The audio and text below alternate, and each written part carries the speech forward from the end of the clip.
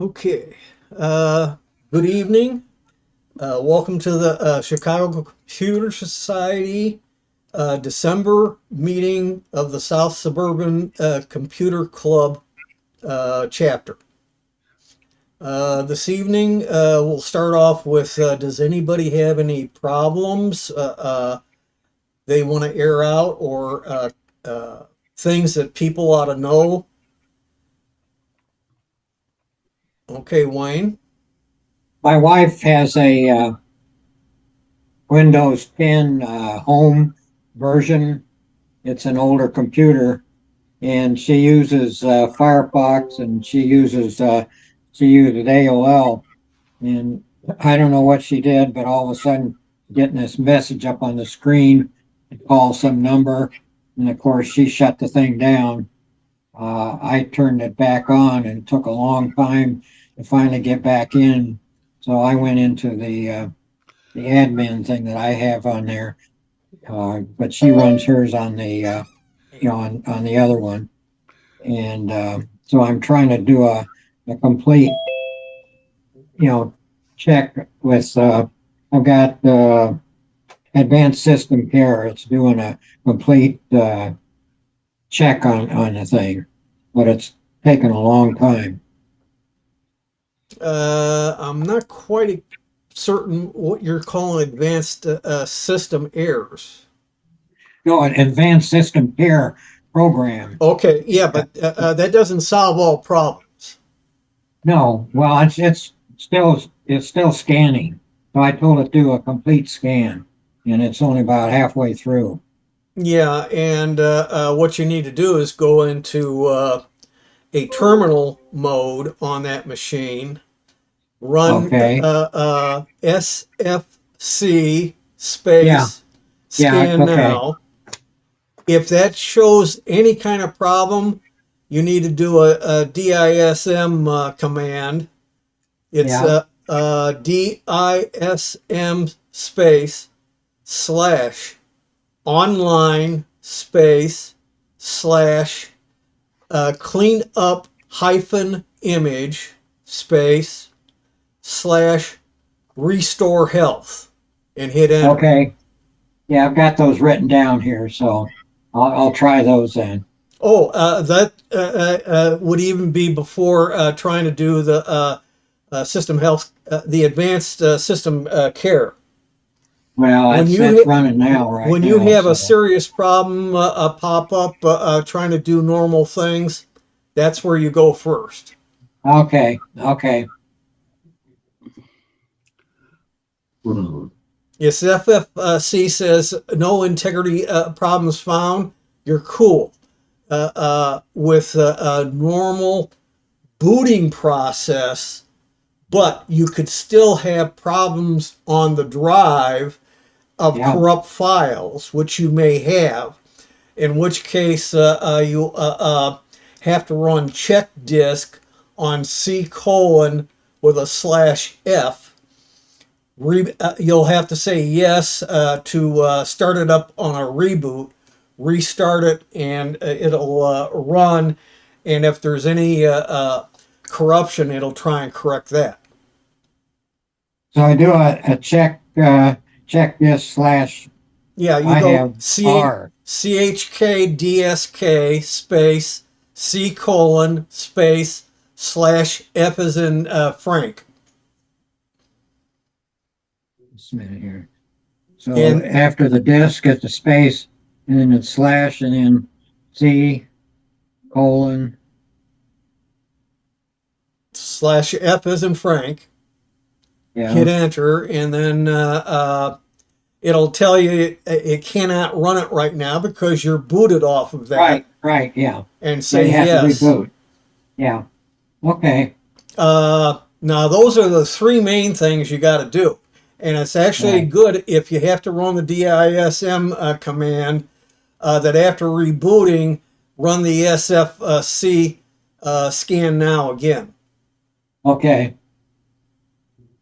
Because sometimes even DISM, if there's other problems on the drive, might still have problems that SFC will show. Okay. Is that a spinning hard drive or is it a SSD? It's a spinning hard drive. Okay. Then in addition on check disk, add a space /R. What Yeah, that'll that's do, what I had. Yeah, the R will do a check for bad spots in case that's what's causing your problem. yeah. But I think I you don't use /R on any solid state drive. yeah. Okay. I don't know. She probably was doing something on the internet and got something, I don't know, opened something or checked on something, and It's a I don't know. possibility, but it also you should have Malwarebytes to check for any kind of infection. I was thinking of doing that too. Well, that along with the commands I gave you are the primary tools when you start having problems because you don't know necessarily what the problem is. I didn't know about it until tonight anyway. So, Well, I mean, see, there's also the possibility of a driver problem that you got a driver update that you're not aware of in updating, and that may be causing the problem now. this got something pops up on the screen and tells you that you need to call this number. It's a phony It's one of those baloney. scams. That's a phony baloney con job. I know. That's why she shut the thing down. Boy, Bob Premick's having a little tiny problem. He's he's got minis too. What the heck are you doing? You trying to bounce all over the place? Me? Yeah. I just had a video graphics driver alleged update. It destroyed my graphics You gotta be and my kidding. webcam. Wow. Oh, see. It was Intel graphics. They Oh, removed the old ARC controls and everything else is in total conflict with everything. I think I've got it stable enough so I can do the meeting. Sorry about that. well, I was just wondering what the heck was going on, but It's a graphics driver issue. I haven't had a problem in a long number of years with graphic drivers. Well, Intel, Iris, and ARC are not just the driver, it's also the software. Right. And they messed around with the software something fierce this time. And it's not Windows 11 compatible. Oh, terrific. Oh, great. Well, 24H2 ain't ready for prime time either. Actually, I think this driver thinks it's doing 24H2. Well, see, that's the thing. I have one machine only that I'll said I could have a 24H2 upgrade that I know of so far. And I haven't been able to get to a lot of my machines to check on them. But at the same time, too, the 24H2 went okay, but I had done a backup. I let the 23H2 updates go in, and as it began with the 24H2 download, I killed it by restarting the system, configured the 23H2 stuff, did a full backup, then I went back into update and tried it out. And so far it works on the one, but there are still reports of people having nightmares, and apparently they're putting out corrections and allowing for some people to try doing the update uh, on some machines that aren't showing the option yet, but they're gradually pushing it out. And Well, anybody who doesn't do a full system verified backup before doing it is committing suicide. yeah, what happened here is I'm on 20, 6.3H2, Right. but this driver does not seem to be optimized for that version anymore. That could be. That's a real possibility. I'm not joking when I say that. And then Zoom did a full version upgrade to 6.3. Right. And my old Logitech camera controls are still stuck back in Windows 7. Oh, Well, at the moment, I've been up on 6.3 on 3 machines here. Actually, 4. Take that back. Yeah. So what I've got is a uniquely messed up situation. I've got probably 3 different sources for the drivers and the software for graphics, and they're not playing nicely together tonight. I think I've got it to the point where I understand what's messing things up, so I'm not going to do those things again. Well, like I said, I would be very cautious if you try and do the 24H2. You might have Yeah. success. You could also have big failure. I'm not doing 24H2 at the moment. And at the It's not moment, recommended. I'm not even, well, Aldo last month was asking about 24H2, and I said no at the time. And he was thinking maybe January. I'm not even at this point convinced by January it'll be ready then. Okay, so you guys have been discussing all kinds of other things. Well, we've been only discussing 2 things. Wayne had a problem with Windows 10 for his wife's machine, and Aldo's situation with 24H2. Mhm. Anybody else got any thing as a way of problem, comment, opinion, news that all of us should know that I don't know? Trust me, I can't even get to a fraction of the news. I don't think anybody can. you know, Yeah, I've got something else that's Linux stuff for Thursday. Well, I got Linux stuff too. I had to actually kind of finish up my Linux before I got today's stuff for this meeting completed because of the way things happened to work out. It was a timing issue. Yeah, yeah. I just been Well, busy as hell. yeah. And There was tomorrow that I've got there was APC. that email exchange between you and me about Earl. Oh, I got a different one.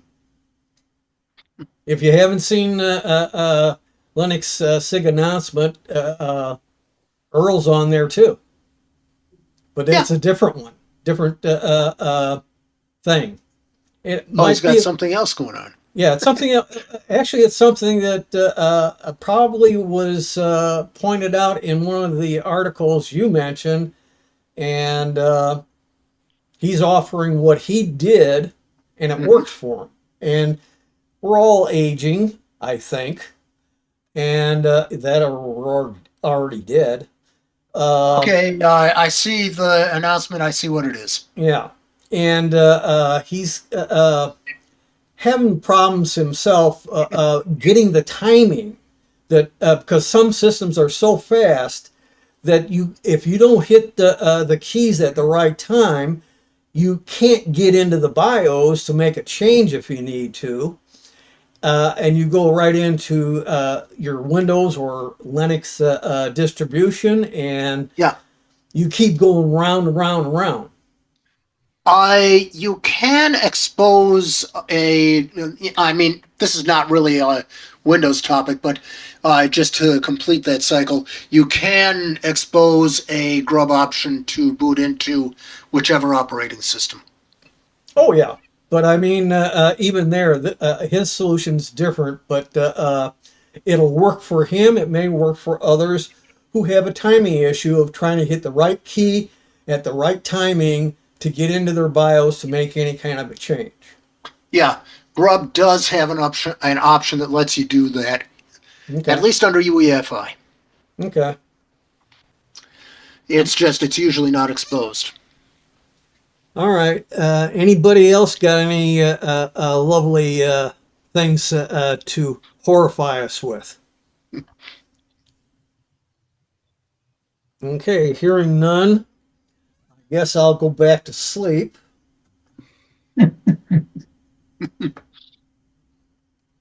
At least I gotta be able to try and get something accomplished, don't I?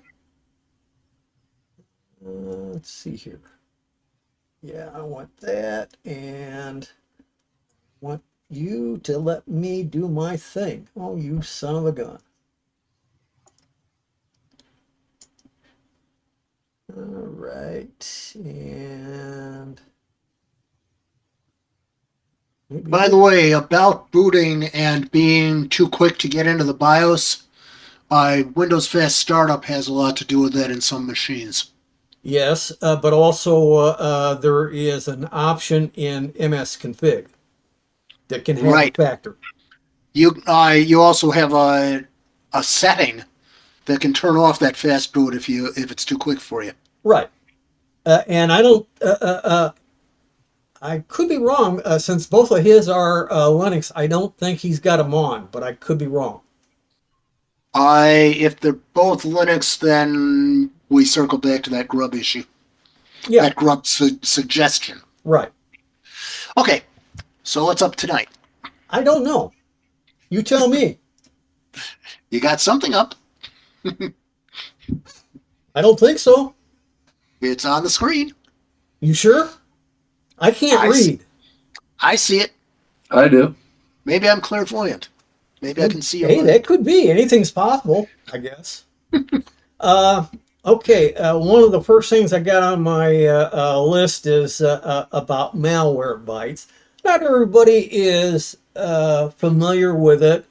Others may have heard about it and they either forgot about it or they didn't want to do it for one reason or another. There are gotchas.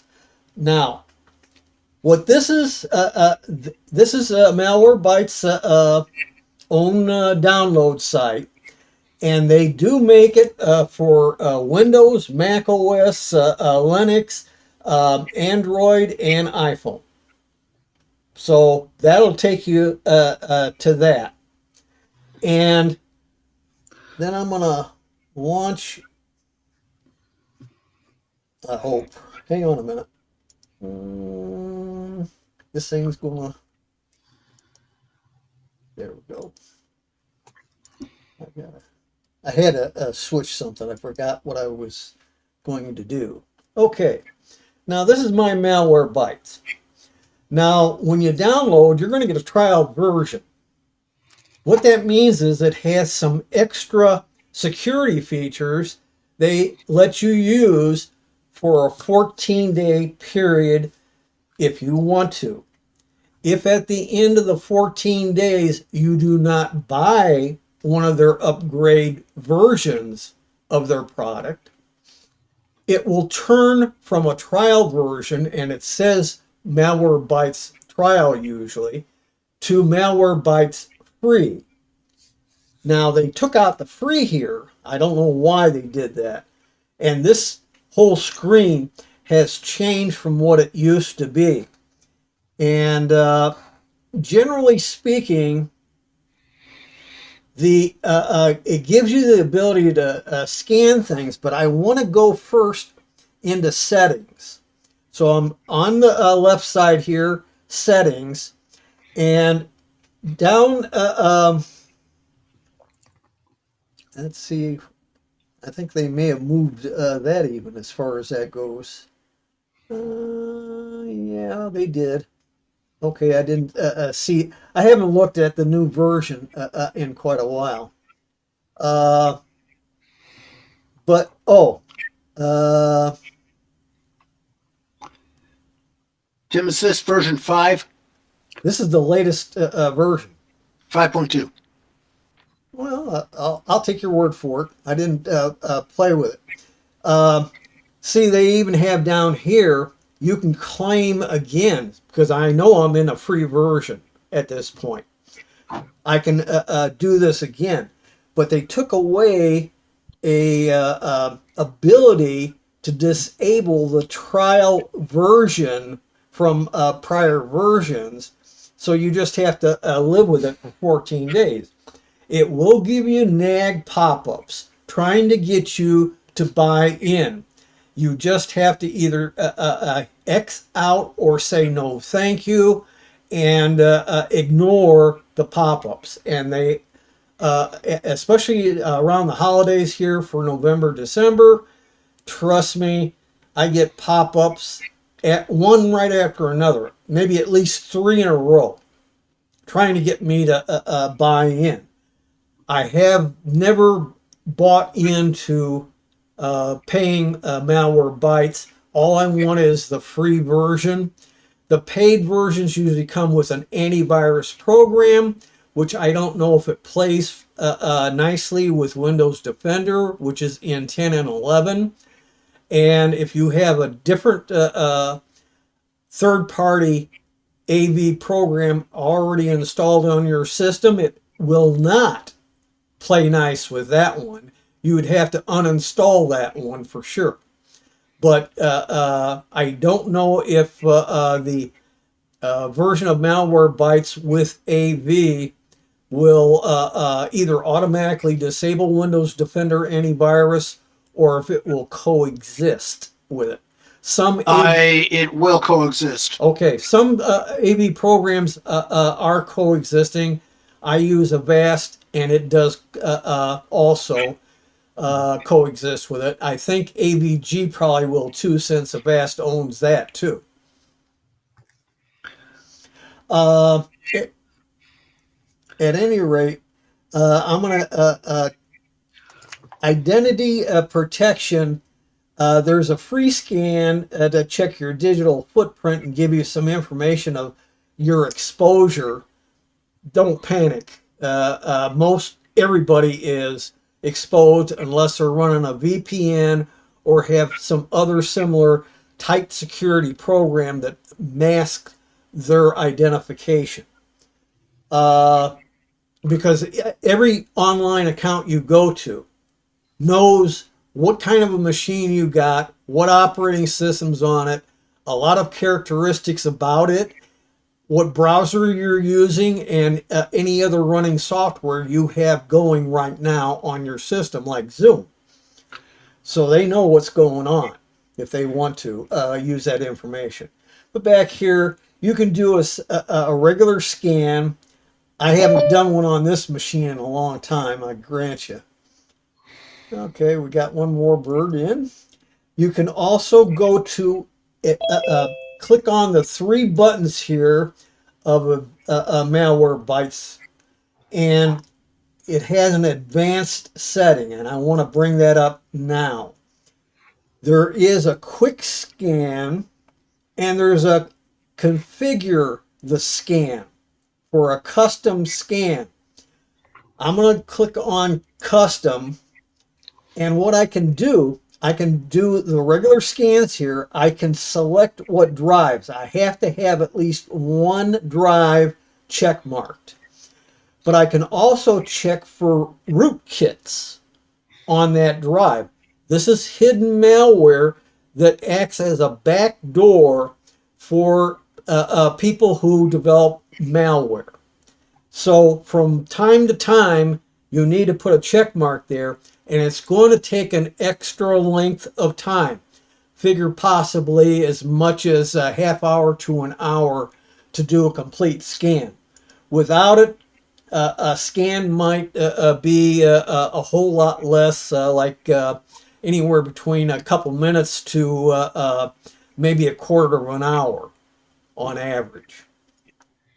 So that gives you an extra level of security that's an option. When you're not using this one, I'm going to go back. I can do a quick scan. That only checks the most known places malware might be hiding on any AV program's quick scan. So if I get out of that, I can come back out of the advanced, come back here to regular scanner, and if I'm doing a scan here, it's doing a light quick scan. So it's not covering everything. You have to go into a scan and say, I want it to be a thorough deep scan. Uh, did somebody say something? Okay. Uh, Real-time protections. These are the ones that you get initially. There's three of them, and mine are inactive. Uh, let's see if I can bring them up here. Uh, they give you three of these or four maybe now, but most of them I think are these first three, and I don't think they do the other ones unless you have a paid version. Uh, in mine, I have some pieces of software.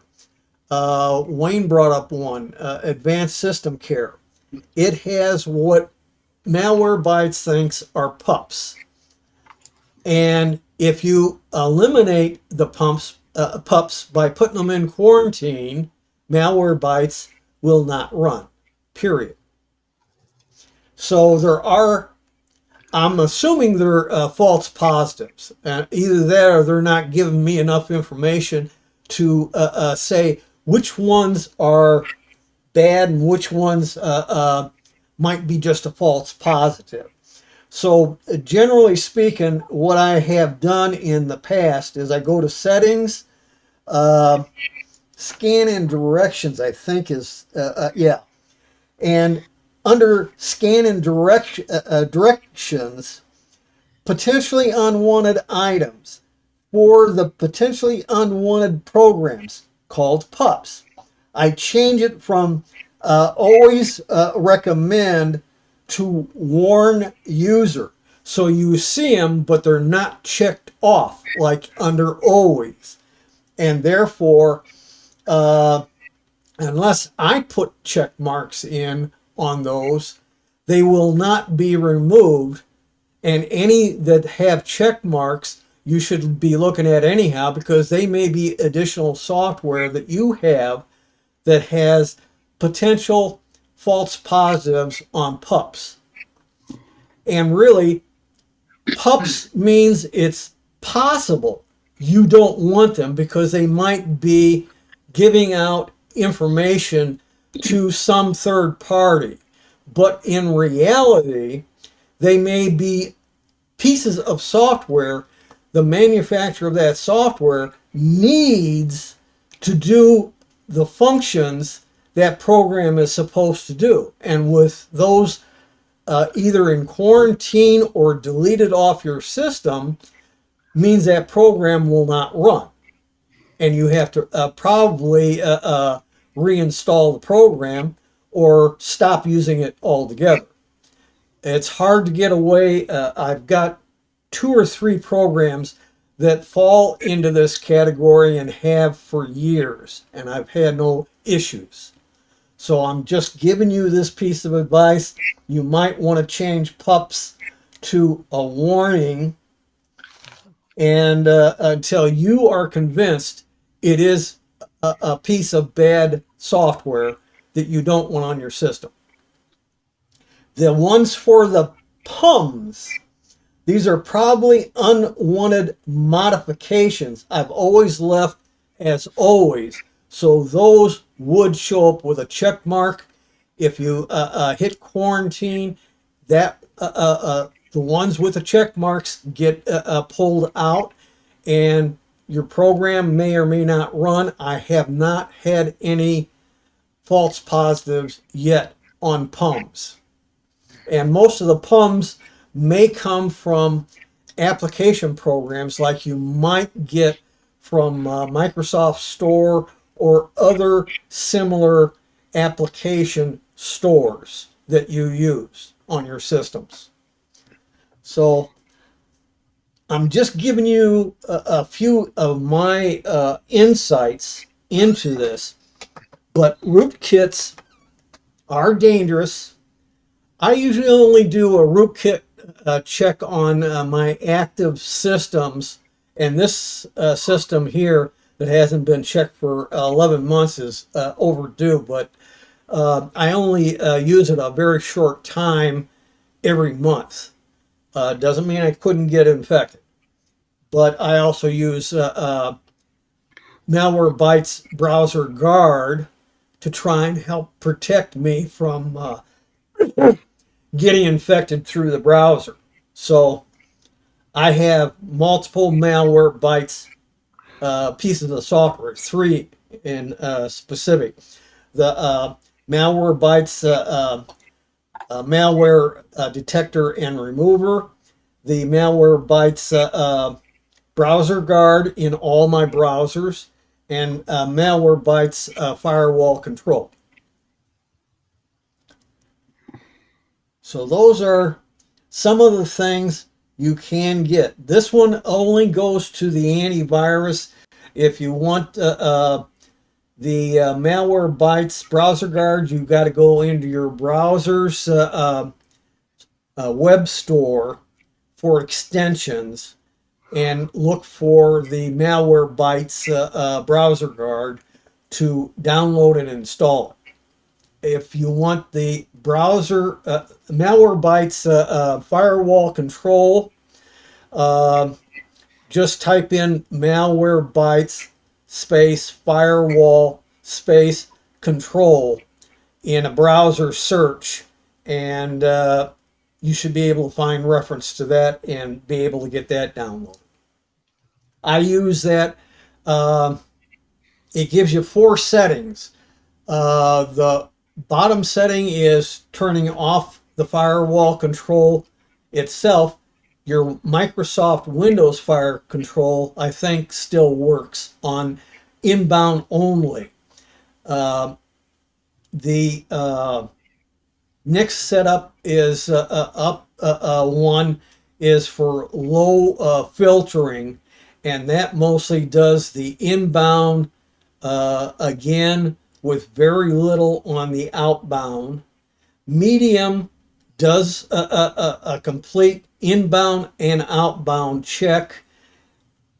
I had, in setting up for tonight's meeting, some headaches, and I realized it was firewall control, and I had to do this multiple times to get rid of the problem by telling it was okay for certain problems it was telling me about that I've demoed in some past meetings, that they were allowed and okay, and all my problems disappeared.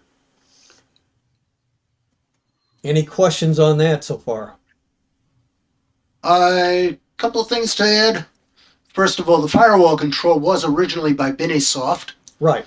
Still is. and now it's owned totally by Malwarebytes, and they develop it, No, or at least actually, they support the development. the other is also doing the same version. They're doing the same thing they did, updated. Yeah, but apparently Malwarebytes, the company that owns Malwarebytes, is providing the funding for Binisoft now. Okay, that's fine. Which means it's really their product. Also, they have a product called Adware Cleaner, ADW Cleaner. Yeah, I haven't had to do that, and I used to use Adware. Now, and you're correct on that product. Its original purpose and use was way back 20 years ago or more. Um, Everybody was creating toolbars for all their browsers and some other pieces of software, and that created an overload on very old, weak computer systems to where you couldn't get much of anything done. Adware allowed you to disable those and leave only one toolbar. Now, I'm certain they've added other features to Adware beyond that one area, but I have had no need for it, so I have not really been running that. But I am aware of it. It can clean up some of these things that get added on when you're trying out different antivirus programs and they put in their own plugins, things like that. Some search engine plugins are like that. Some of these things, if you leave them in your browser, they can slow it down. But you're right. I haven't been finding very much that it's interested in lately. No, and I think it used to be that I probably usually run Malwarebyte's detect and removal program, and probably adware about once every 3 months is what my Yeah. old practice was. Mhm. And Yeah, I would say probably a lot of what Edward Cleaner had been doing, they're beginning to fold into the paid product of Malwarebytes. well, that's very likely. But I think it's somewhat superfluous. They probably bought adware out years and years and years ago, but I didn't pay any notice of it because I probably had stopped using it for quite some time. Yeah. The other thing is, in the Malwarebytes interface, there is an icon that looks like a person, a people icon. That is your account icon, and it has my subscriptions. And that's where you have the switch from free to paid or back again. Okay, now that's a good piece of information. Thank you. I'll go down to that one. See, they moved it. They changed a lot. Yeah. And And that person icon also has a tutorial that tries to show you some of the basics of what they're doing with their interface. okay, my But subs. it's my subscriptions that you're Yeah, looking at. here's the status. Yeah. And right now it says I am free. But Yeah. if you get the trial version, it's active, but you can click on an item here, I'm sure, to deactivate it. Probably this button over Yeah. here will say deactivate. And Exactly. and then once you've deactivated it, it becomes the free version. But what the heck? Most of the time when I install a new version on a new system, I'd leave the trialware alone. Let it do its 2 weeks worth of no cost extra protection. For that I matter, Malwarebytes is a reasonably priced product, and the paid version is good. It has benefits. I'm not saying one way or the other. When it comes to paying for something, that's an individual's choice for anything. Yeah, it's kind of like I pay for Macro and Reflect. Other people Right. might use easiest to do free. And that's my only one too. But at the same time too, I have some other programs, lots of programs I could pay for, but Yeah, I'd go broke more than often than not. I'd be spending more money than I actually have, I guess is the best way to put it. So yeah. that's a factor for a lot of folks. When we get to Linux, you're going to get the same thing again, so to speak.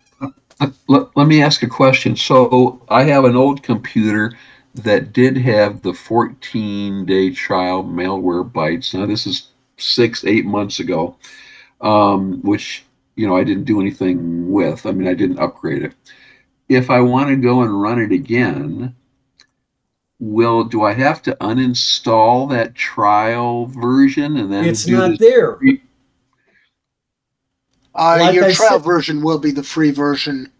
Unless they do something special. But as, but I as want to download this one here, the latest well, wait a version. minute. Now, wait a minute.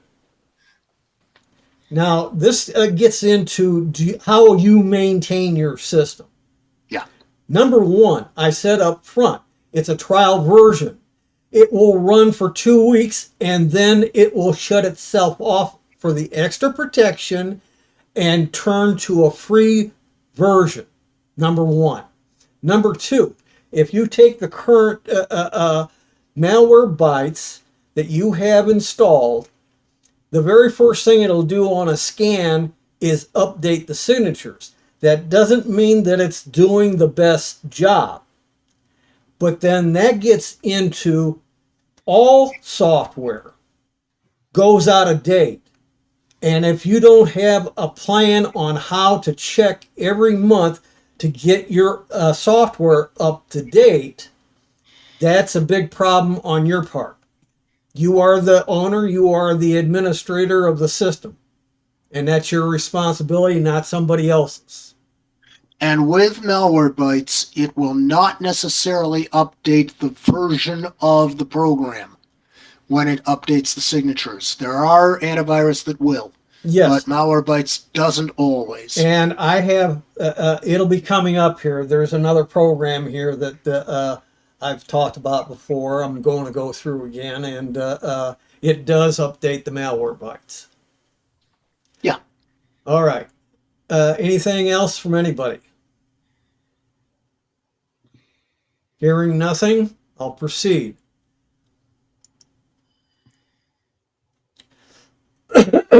This, if you want to check it out, this is a review. Now, this wasn't done, very recently, but it was on June the 14th, 24, when it was published.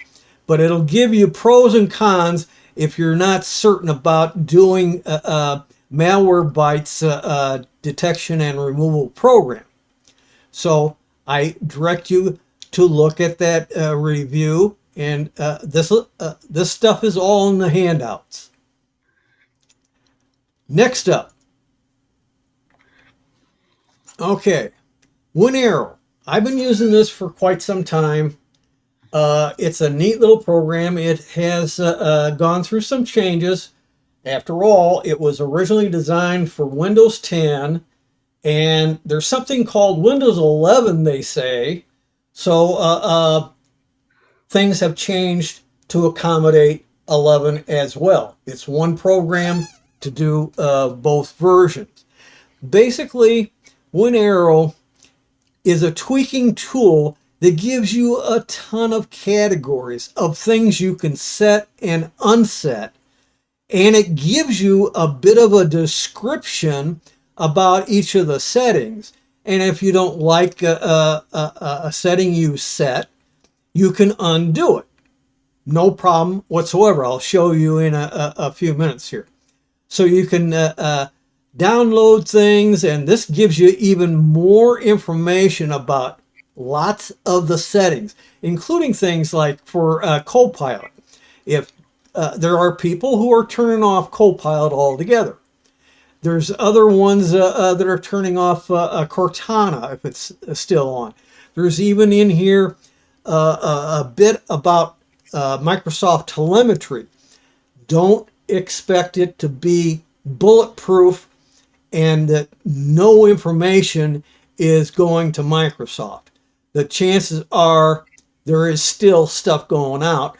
You're just limiting by disabling some of it going out. So I'm going to launch that program.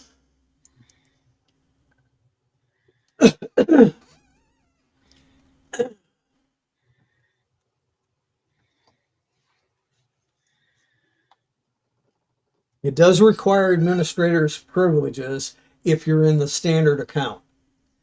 All right, now it starts off with home. It gives you general information here, and recent changes are changes I have made on this system with this version. If I don't like one of these changes that I did here, that's okay. What I can do is click it. It'll go to that, double click it rather, go to that setting, and I can uncheck it, and it's no longer in effect. Now, in this case here, this is the master set or unset, and these are extra options, and I check all of them. But going back up to the top, bookmarks. I don't use bookmarks myself on any of my systems. That's an individual choice. There are some people who believe bookmarks, especially with 1124H2, the real possibility that bookmarks are obsolete anymore. Then you have Windows 11 if you're running 11. If you have Windows 10 and you're running this, it does not show this category. Okay? Only 11 shows this category. I can do a classic full content menu, which I don't do I'm okay with the new style. But if that new style having to go down to show me all of the old menu items is a pain in the butt for you, you'd put in a check mark and it tells you this will take effect when I reboot the computer, which I wouldn't do right now anyhow. And I'm just going to say do later. But it tells you what it's going to do. And I'm going to uncheck that because I don't care myself. You have a classic taskbar. If you want a change your look of the taskbar from 11 back to what it was for 10, this would do that. And it gives you a description down here. It's very brief, I'll grant you. Anything that you want to change here that you don't feel you have enough description on, you'll have to do a equivalent of a search on internet to find out more information about that setting. Background. This one here is disabling background app all at once. That might be good for some people, not for everybody. One thing I learned with 10, it's easy to turn off all background applications. But if you want, say, 2 or 3 of them turned on, such as for allowing Spotlight in background personalization, you have to uncheck the master off switch for background apps and uncheck all of them except Microsoft Store, settings, and you might have one that talks about wallpaper. And if you got those, you got to turn those on and Spotlight will work. If you don't have it on, it doesn't work. Spotlight also is under personalization taskbar, and it has the same effect. So that your login screen and your normal desktop can have some very beautiful pictures. And if I take and lower that and lower that, that's a Spotlight background. And when you have the right things turned on, this will change just about every day. When they're not all turned on correctly, then you may have a genuine problem. In 11, you don't have a grandmaster background turnoff. You have to allow a bunch of them to run because you don't have the option to turn them off.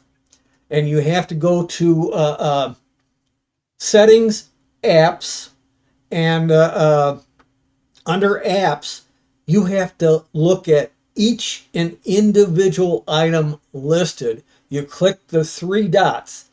If it has an advanced setting available, you click that and you may be able to turn it off from background processing.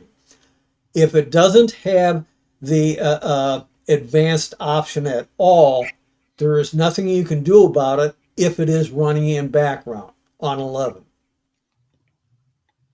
It's a pain in the butt, but there's some things you can't do that you might desire to do. Disabling Copilot. You don't like it, you don't want it, you can disable it right from here just by putting in the check mark.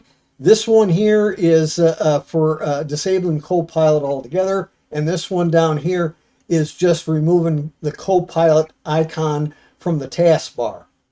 So you have to read this and look at it. And there's 3 other ones there. You have appearances on all of them. You have arrow light, which I didn't bother to explore. Arrow goes back to Vista, as I recall.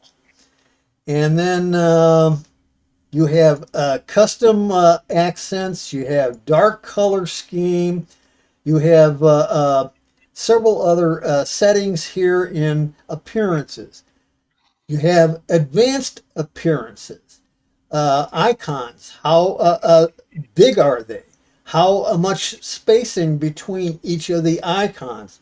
This is an individualistic thing that you may need to set to because of vision problems you may have.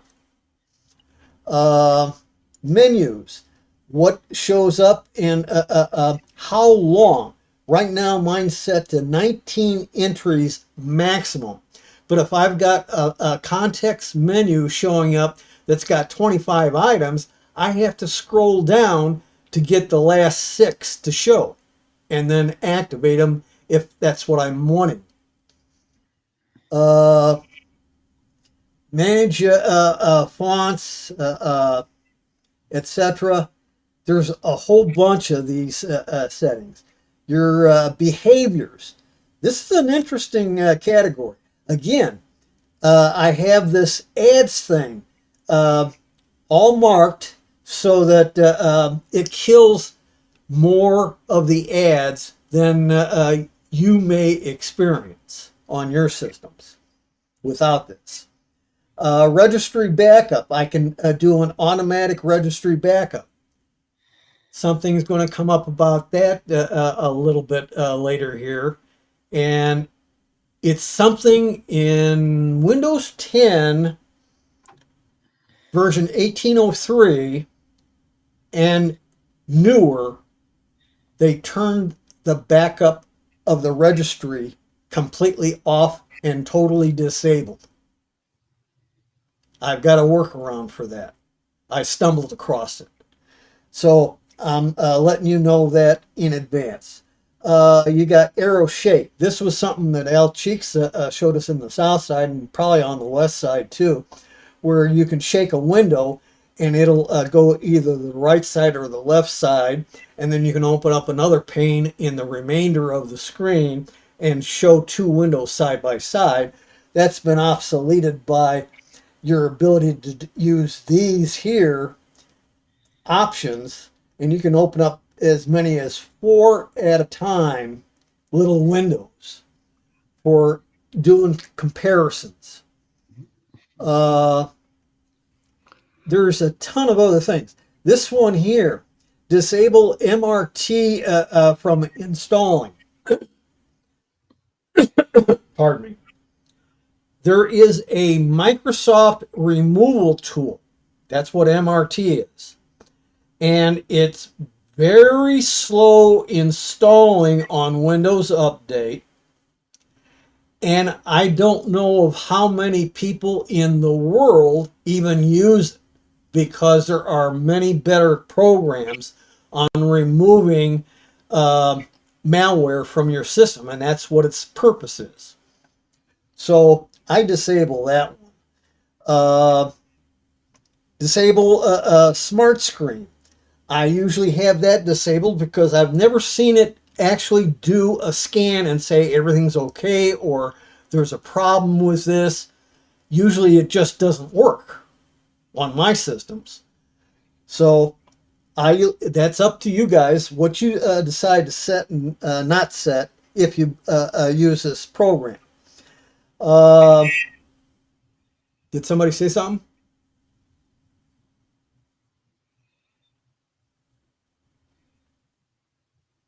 Dennis, you got your hand up? No, I didn't say anything. Well, it looked like you had your hand up. That's why I asked. No, I don't. Okay, here's another one. Show BSD. The primary thing is show the details. I want the details, but I also have an option here, disable the smiley face. The sad face. It's got a frown on it, on the blue screen of death. And I say disable that. I don't need the frown to tell me I got a problem. Usually if you get a blue screen of death, your biggest problem is it's there for 2 seconds and it's gone. And you didn't have enough time to read the error message and possibly get the error code. Now you got to go into Microsoft's event viewer to find that error and get the error code so you can find out what it's complaining about that caused the blue screen of death. And for most people, the event viewer is not something you want to necessarily get into, but you don't even want to think about getting into the log files natively and try and find and figure out what your problem was.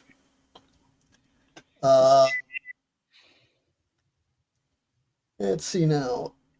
That's some of those. We have some boot and log on options. I do some here.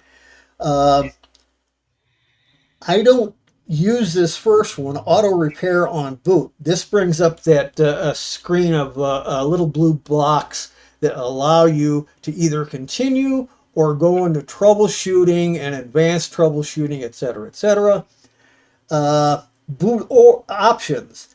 This one here, there are some things to look at on this one that I do have checked off, but for the most part, I have turned on Windows 7 like boot menu and then enabled these down here.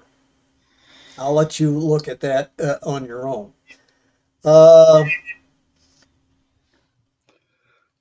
On hand, now we have further ones down here. If you have multiple users on your system, you may have users you do not want to use the three-finger salute to reboot your computer. So you can disable this, but it may affect your own logons as well. So I'm just giving you that warning. Enable numlock. On desktops, you usually have a full-size keyboard that includes a numeric keypad. I always have my numeric key lock enabled so that otherwise the keypad acts as a mouse activated by keyboard buttons being clicked. And you can actually move your mouse around without using the actual mouse or a touchpad. It's cumbersome. I don't recommend it. I do not enable user auto log on. I want, even though my cats don't have any interest in getting on the computers, that's fine. I still do a login every time. That way I know that somebody else, if they didn't have my login for that machine, they're not getting in. At least not without being a very, very experienced Windows person and knowing how to get around login screens. Pardon me.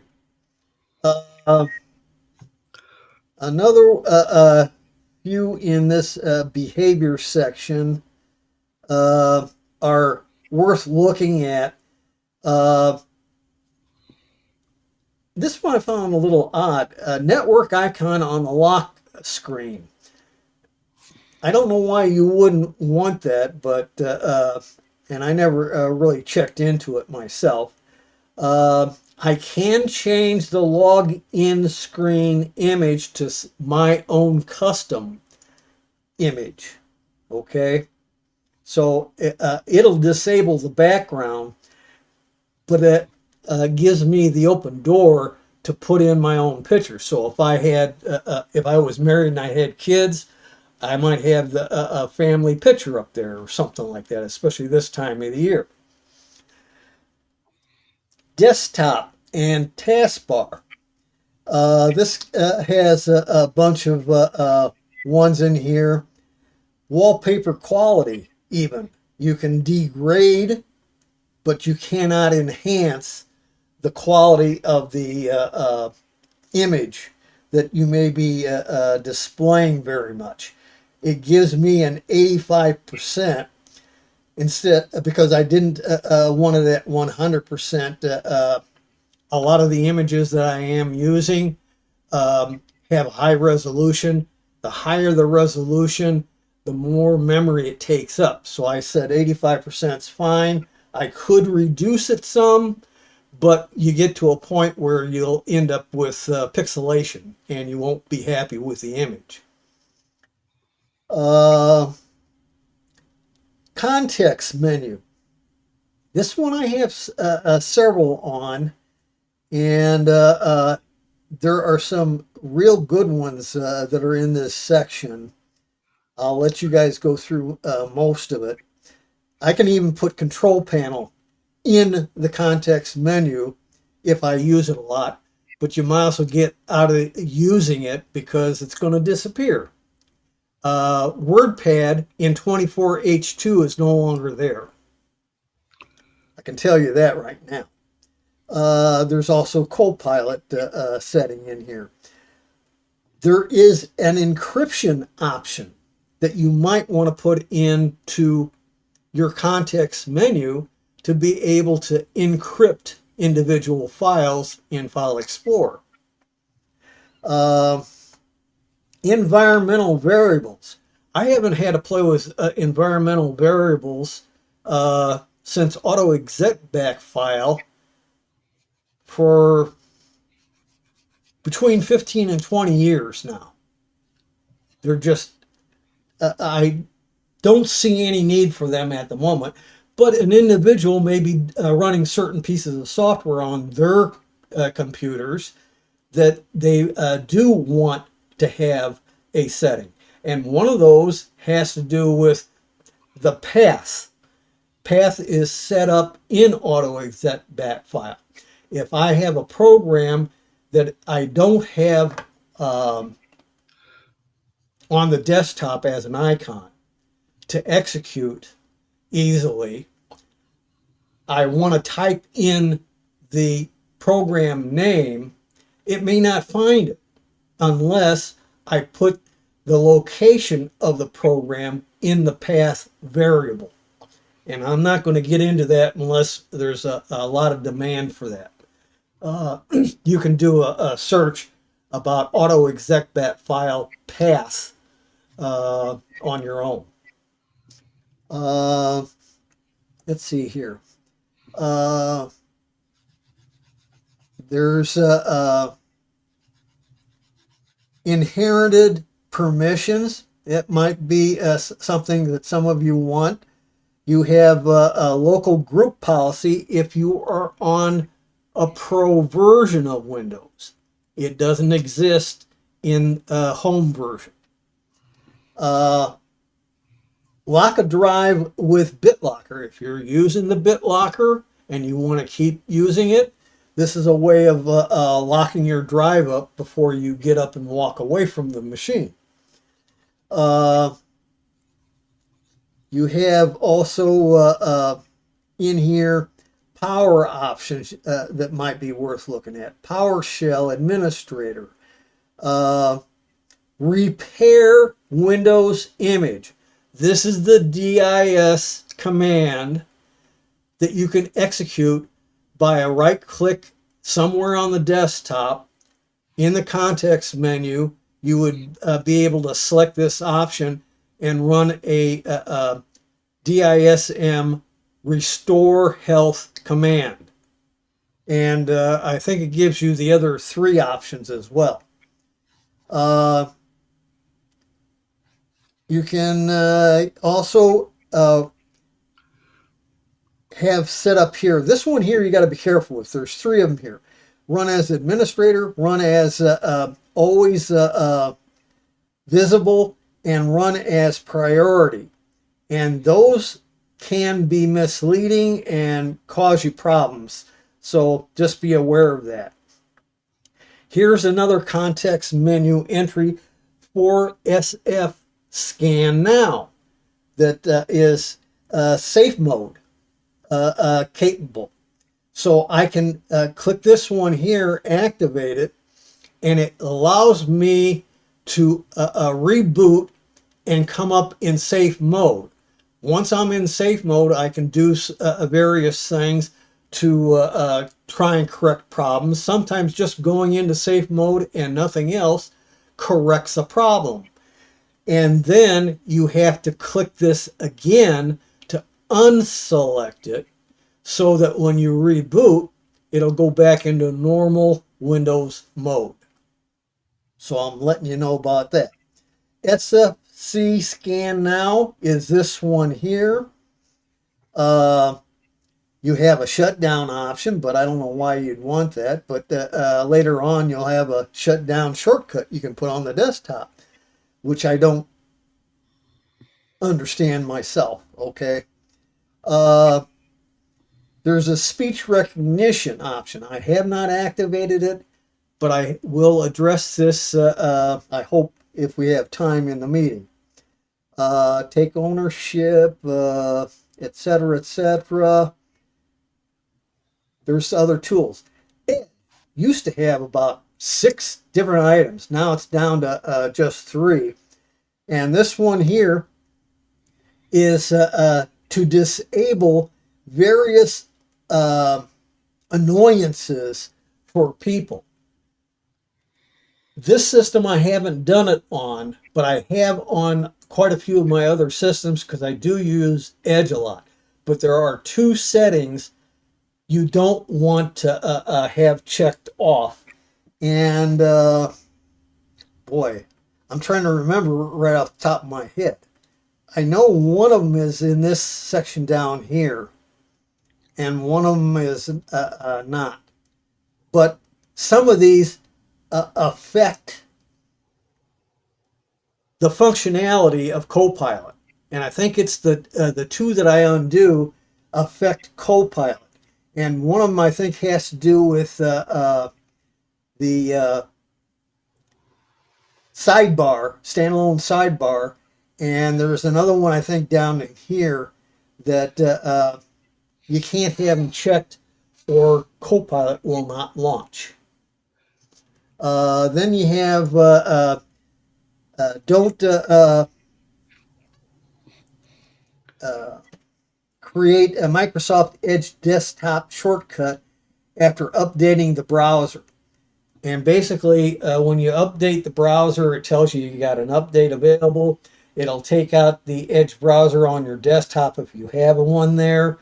And when it finishes installing, it'll put another icon back. If you don't want the icon on your desktop at all, A, remove it. B, put a check mark in this option here, and it won't put it on the desktop. Then disable updates. Only if you're suicidal do you not have automatic updates of your browsers, because they're constantly addressing security issues besides any new features or changing of existing features. So I'm telling you right now, leave that one alone. Pardon me. Settings and control. There's a few in here that you might also want to play with. But some of this is going to go away because it's part of it is to do with control panel. So how much of this is going to stay and how much is going to disappear, I don't know yet.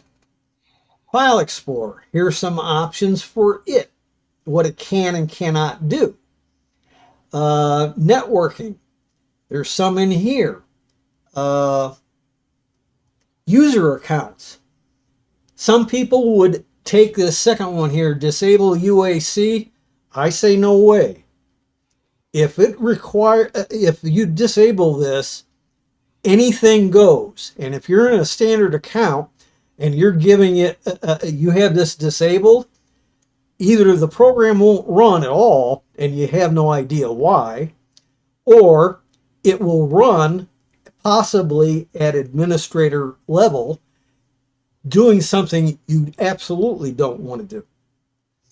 So don't mess with that one. Built-in administrator.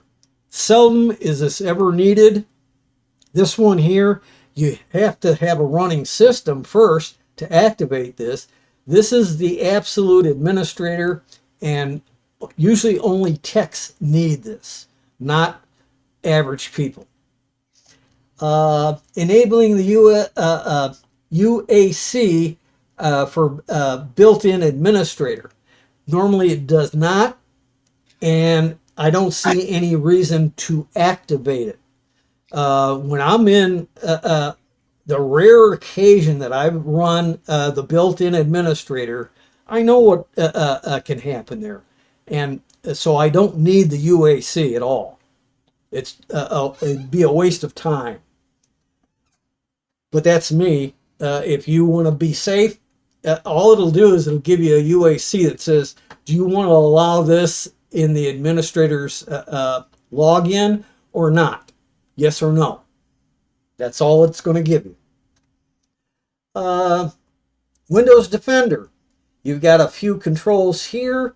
If you want to disable something or protect against unwanted software, that's PUPS. Because it has an option in it as well. And you can also have it show a security defender tray icon down in the bottom right area if you want to. Then you got Windows apps, auto update store apps. This one is up to you, but everybody who installs Windows, unless you have a debloated version of Windows, you have some Microsoft Store apps loaded and running. That means you either have to go into the Microsoft app store periodically and manually do updates to your software. Otherwise, you're running the risk of outdated software having a vulnerability that lets the malcretins out there possibly take over your computer. Disable Cortana. That's a waste of time right now, and that's another thing that is disappearing because Copilot replaced it. Disable Windows Ink Workspace. This applies, as far as I know, to only those people with touch screens, a laptop and they use the touchpad, or they have a separate USB touchpad, usually very large. Graphics designers quite often have Digipad, I think is one brand name. And it works just like the touchpad on a laptop. And you can then hand write things on those with a non-damaging pin, I guess is the best way to put it, or your finger. Like on a, if you, in Indiana here, when I go to vote, I have to, on a tablet, use my finger to write my name as the person who is registering to vote. So it's something that is doable. It's up to each individual whether you want to disable that or not. On a lot of my systems, I disable it because it's superfluous. I don't have much in the way of touchpad, even on laptops, and I have none on desktops. Power and standby. You got actions here for hibernation options. A lot of people don't use hibernation anymore because it's somewhat superfluous anymore, but I do have one machine that I do use it on, and I have my reasons for doing it. All the rest of my systems, I don't care what they are, I don't use hibernate. Power throttling. This is an interesting one, and it has to do with your cores in your CPU processor. when they're not being used at the moment, this would throttle them down and save you energy, especially if you're on a laptop with a battery or a tablet with a battery. If you're on a desktop, it's superfluous. But if you activate this throttling, it'll leave your cores in full power mode all the time. It will not drop them into a power saving mode when they're not needed. Require a password on wake up. Pardon me. Okay, now this one here is basically to do with your lock screen. And it also has to do, possibly, I'm not sure because I've never checked it out, I've never used this feature, but in your BIOS, under networking, you have an option of having activity on your network port detected and automatically wake your computer up. I think it's primarily for Ethernet. I don't have a clue if it works on Wi-Fi, but I've never had to use it.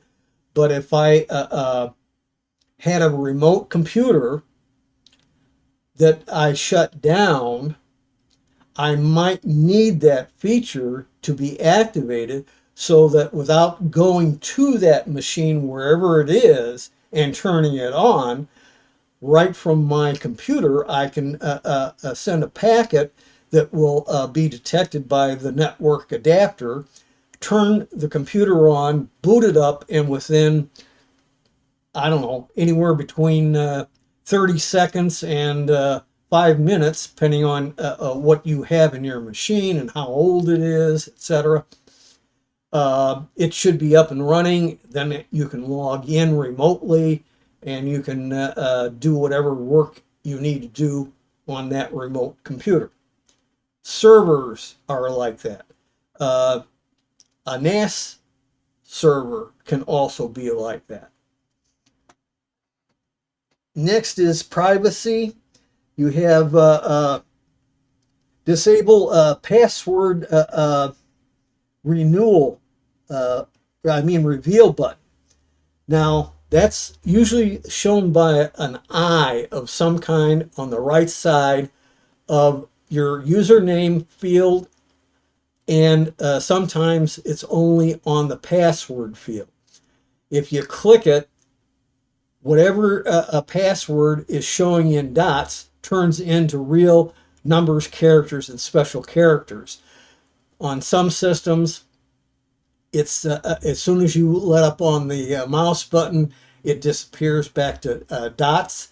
And in other systems, it will stay on until you click that again or hit the continue button to log in. Depends upon your system. Shortcuts. You got tons of shortcuts. You can create icons for the desktop, including shutting down or starting the system, safe mode shortcuts, and so on and so forth. Personally, I don't think I've used any of these. I checked out a few of these way back when I learned about Winaero, and I just went back in and turned them off because they're just not, they're obsolete as far as I'm concerned. Tools. These are some tools that you may want to look at that may give you some additional function and feature that you feel you need. Classic apps. These are discontinued versions of Windows apps going way back in time that you may prefer over the current ones, but you're running risk by running and activating these additional old programs because they may have security flaws in them that have never been patched. Or if they were patched, you're not likely to get the patches to have them fixed again. let alone the possibility of new security vulnerabilities that are beyond the patching end date. So that's this tool here. And I thought I'd introduce you guys to this one here. It has a lot of possibilities. Now, there's also some of you who may have heard Windows has God mode. God mode is much the same thing, but I find it more terse, harder to find what I'm looking for, and it usually does not have any description to help me understand what that setting is for. So you got to experiment. And when you change settings, whether you change one at a time or you change several at a time, recent up at the top will show you everything you've changed. You can go back in, make modifications, or disable what you enabled. And so I like this tool better than God mode. I played with God mode before, and thanks, but no thanks. That's my own opinion. Okay, does anybody have any questions on this one?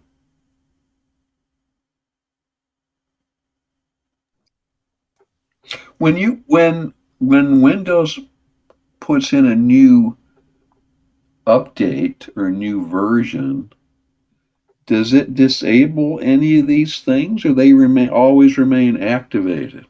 They're always activated that I know of. At least I haven't found any disabled.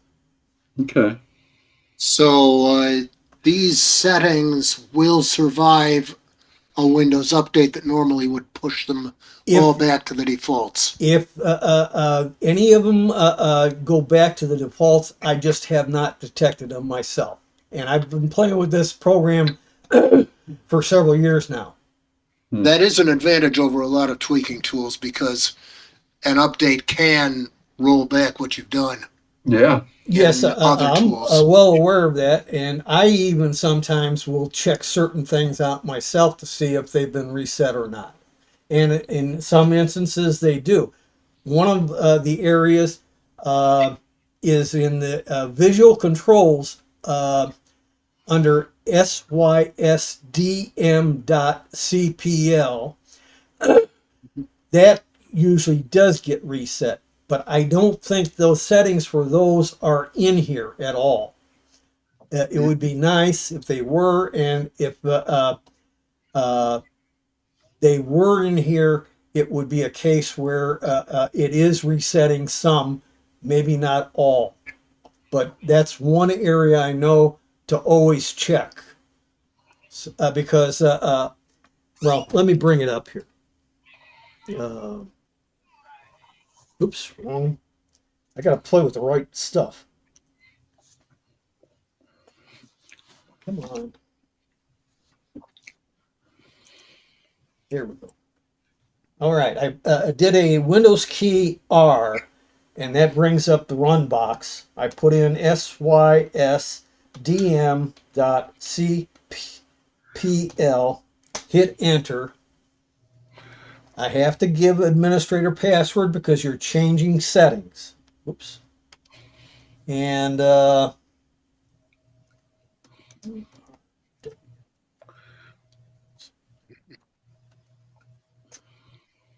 right. The middle one here called advanced. First item, settings. These always get reset on a Windows update. And I go like this to all these settings. Those four are the only settings I leave check marked, period. And I hit apply. They'll stay that way until the next update. And then I know to check this again. I left this deliberately for this meeting.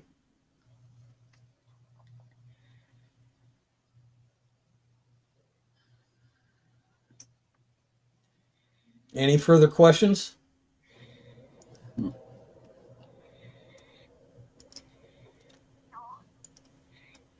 All right, having heard no further questions, I'll move on to the next one. Home Updater. This is a program I've talked about a few times before. They've changed it recently. Boy, this one change got a gotcha this time. I have this new version on another machine before a recent change. And like I said, this stuff is on the handouts. So don't try and wreck your eyes reading your screen. Oh, But anyway, you can get a download of the program. It used to be you downloaded it and then you went into download folder in File Explorer, created a shortcut for this, and moved the shortcut out to your desktop. Now it does a full install. But today, for today's meeting, when I put this in, it had a new gotcha. It now requires a .NET update that is not available yet in Windows Update. So I put at the end of the handout where to go to get the proper update plus some brief instructions so you can download the correct version if you're interested in using this program. Now, why do I bring this program up? First off, it's all freeware, and all software on all computers needs to be updated.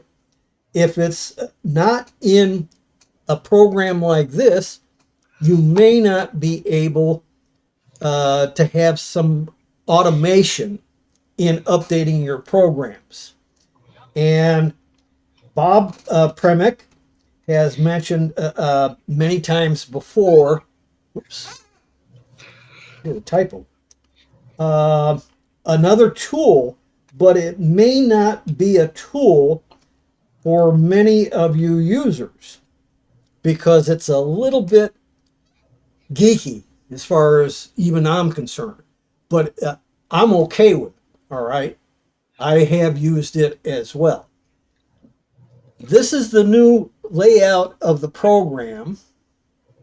And right now, under My Apps, it used to be around 256 programs. Now the library contains 512 different programs. Okay? I've got 30 installed. These here showing red are out of date. It has a new update for them. I can just come over here and start the updater, and it will sequentially go through, download, and do a silent install of the program. No intervention required on your part. Or, and this is what I did this afternoon, the two browsers that showed up here, I clicked the red out of date button and it individually downloaded those programs and installed them silently. I did that because browsers are a big point of vulnerability, but I left everything else here so you could see it. And I'll take CCleaner here. If I click on that, it's now downloading CCleaner current version and will install. Sometimes, however, it is the prior version, and you may eventually get a message from the creator of CCleaner that there is actually another newer version just released, and you can update that too that way. So if I click this button now, this thing's going to take quite a while to get done. So I don't have any intentions of doing it.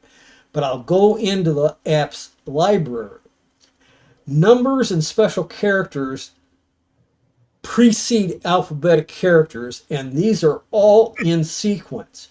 But if I go back to My Apps and I scroll down here, all these in green are the ones installed that are currently up to date as far as it knows.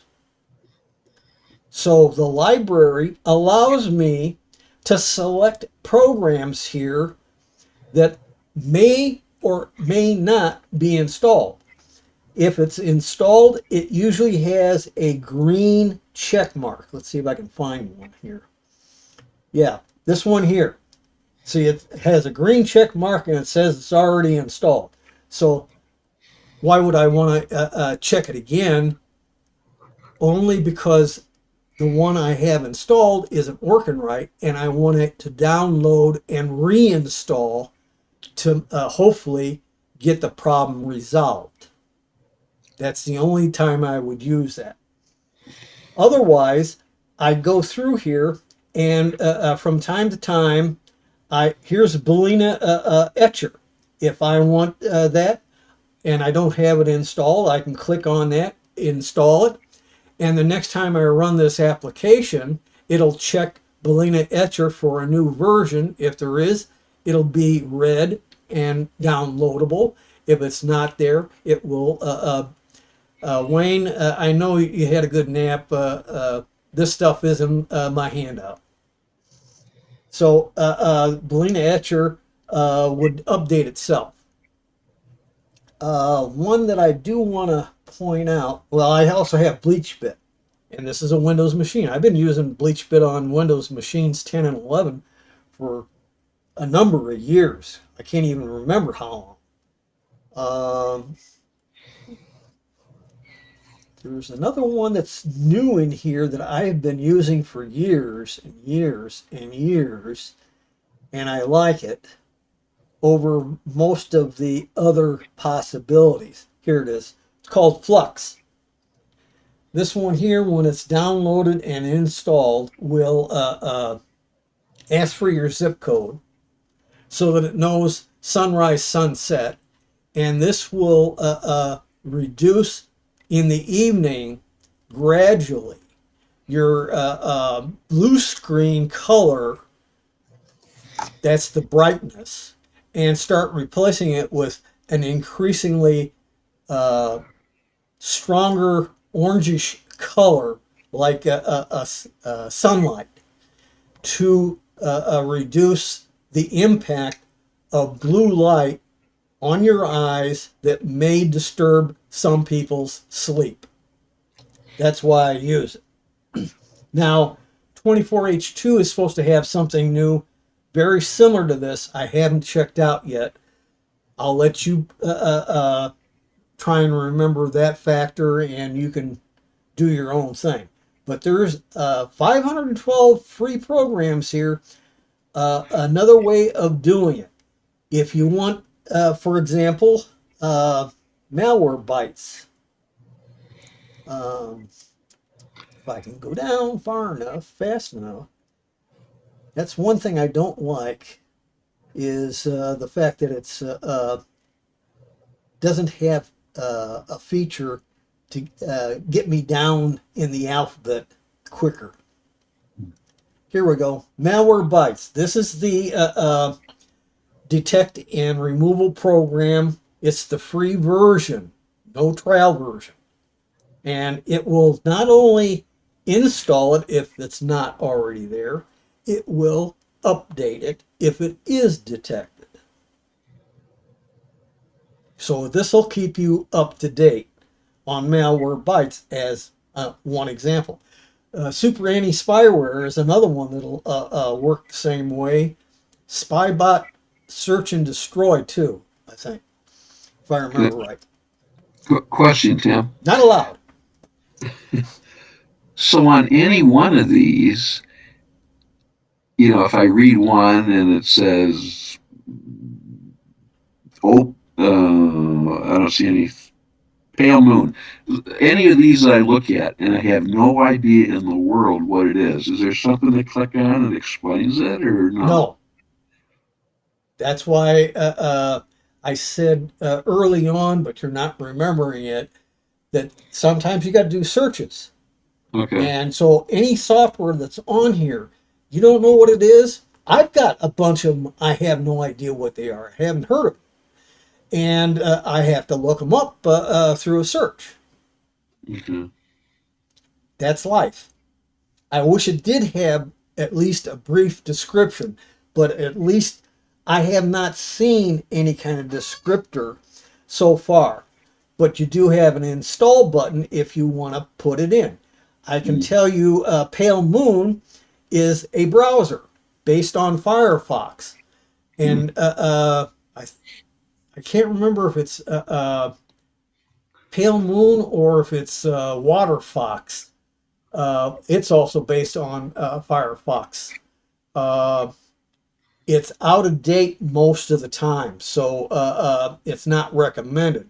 Pale Moon might be not as bad, but I think it's Waterfox that can be 2 or 3 releases of changes, which include security updates and Malwarebytes. Firefox's browser. Sorry about that. So there's lots to be desired here. I would like a description of each one of these. I would like to have also the ability to be able to not have to scroll down. If I've got something that's under the W's that I want, like Winaero, that application I just showed you, is in here. Okay, I got to scroll all the way to the bottom to get to that. And it's the only one that I want to install. That doesn't sit well with me.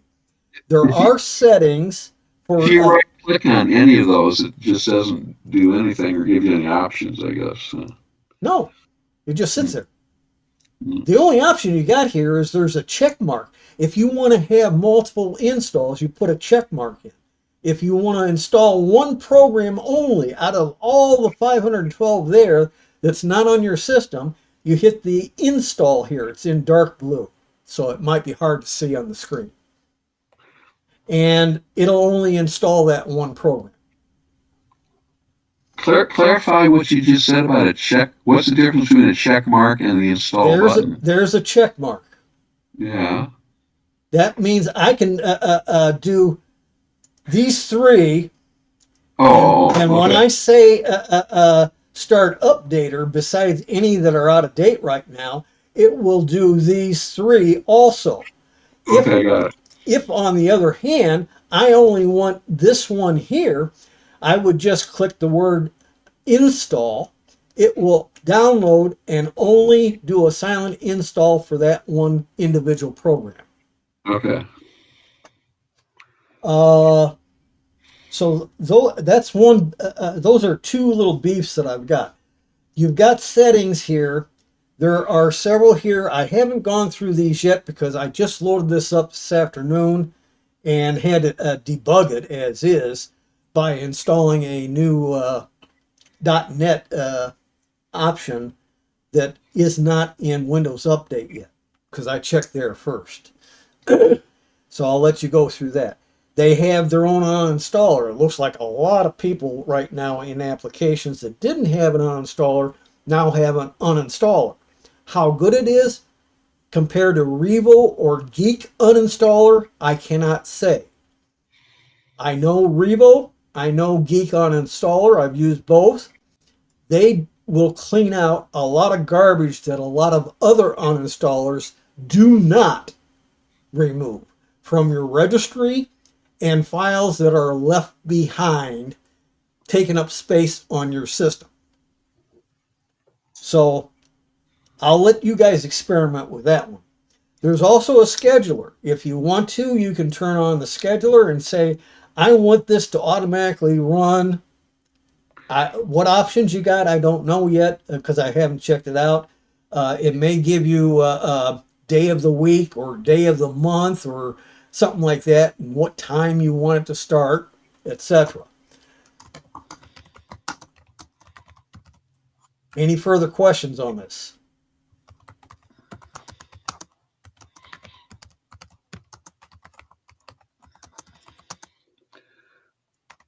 This is free software.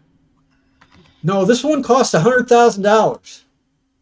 But when I look at it, you have to apply for a demo and all kinds of stuff to get it, even look at it. This is this its page right there. On if you look at your screen, that's the whole page. And if you click here, it'll download. Now I got two in my download folder. I'm not going to click on this because it's already installed. I just showed you it there. This is all freeware, period. And it will keep this, any of these pieces of software that are currently on your system, it will keep them up to date. Hey, Tim, I just did a Google search on Patch My PC. Oh, wait, Patch My PC. And it says, yes, you can search for a specific program on Patch My PC by using the search field within the application catalog. That's assuming you know the name of the program. Now, for example, that Winaero example I brought up, I'm trying to say I didn't know the name of it. I just Okay. was looking through. I would have to go all the way down practically to the bottom. Okay. I can use the search feature too if I know the specific program name. If I don't know the specific program name, how do you find it? Okay. You got 512 to go through.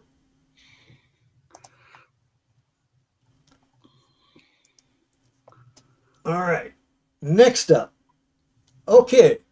For Aldo and anybody else who hasn't got 24H2, here's you some advice. Oh, wait a minute. Hang on a minute. I forgot there's some settings I gotta set. I forgot all about them. And come on.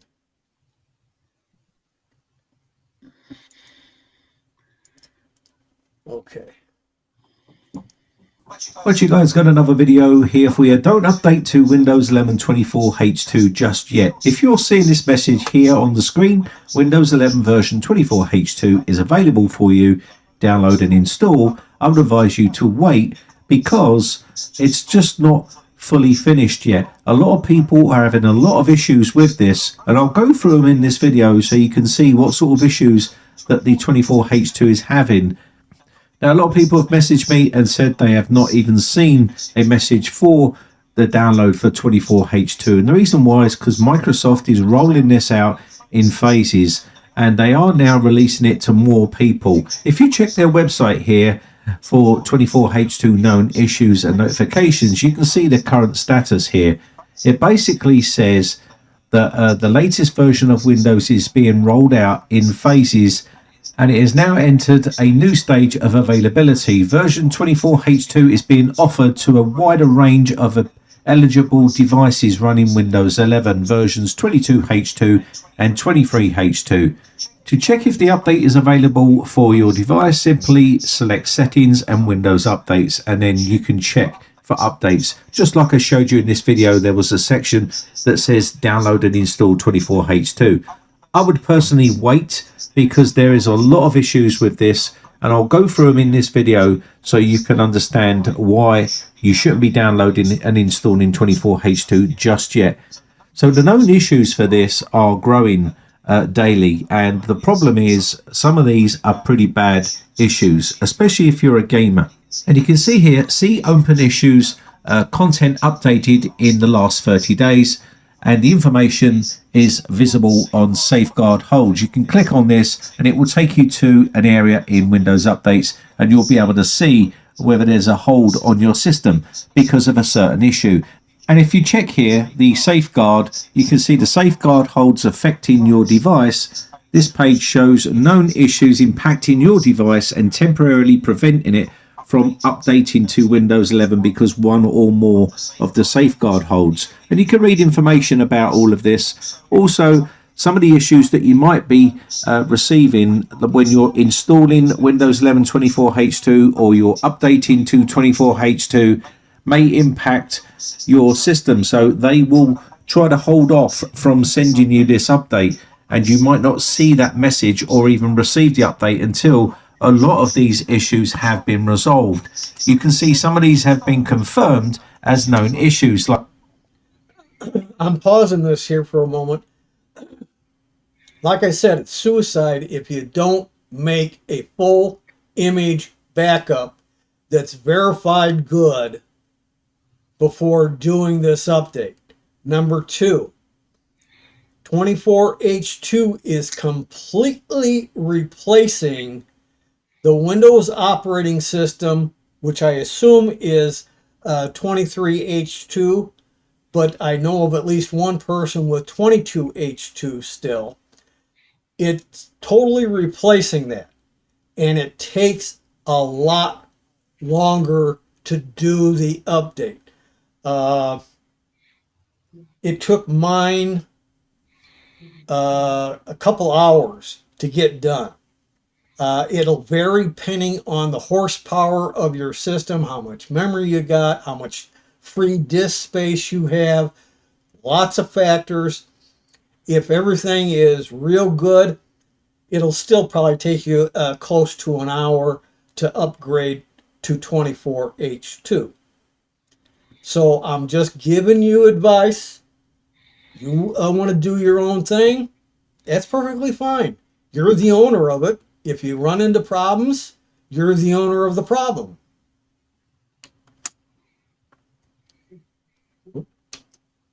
like selective games might stop responding on Windows 11 24H2. Issues might occur when starting, loading, or during active gameplay, and in rare cases may receive a black screen. USB devices that support ESCL scan protocols may also not be discoverable, and this is another big major problem. That issue has been confirmed, and there's other issues here which may affect other people, and if this is the case, then you don't want to be updating to this latest version. Some ASUS devices might fail to install the Windows 11 version 24H2. Affected devices encounter a blue screen with an error code message during the update process. You can also see there's quite a few other ones here as well. Some of them have been resolved, but there are plenty that are still floating around, and some of these devices using Easy Anti-Cheat may stop responding and receive a blue screen. So older driver versions of Easy Anti-Cheat applications are incompatible, and these simply just don't work on Windows 11 version 24H2. So quite a few different issues that you might receive, and there might be other ones as well that haven't been reported and confirmed yet. So bear that in mind. You do have support for 23H2 for quite some time yet, so you don't have to rush into installing this. And you can see Microsoft have been working with Easy Anti-Cheat on an incompatibility issue with Windows 11 version 24H2. So if you're playing games like Valorant or games like Fortnite, this all uses Easy Anti-Cheat, and this can cause you major problems. So if you are one of those people, then you definitely don't want to be installing this update or even force updating this by using the Windows Update Assistant or using the media creation tool to install Windows 11 24H2. This is a real big problem. There's a couple of ASUS devices that have been confirmed that are having issue with this update, and that is the X415KA and the X515KA models. These are having issues, and they may encounter an issue when the system is unable to complete the update, and it may roll back, or you may have an issue. So it's no good forcing this update or even attempting this update if it appears on your screen. So if you're running any sort of ASUS system, I'd be very, very careful, and I would not force this update at all until you're 100% sure that it's working properly.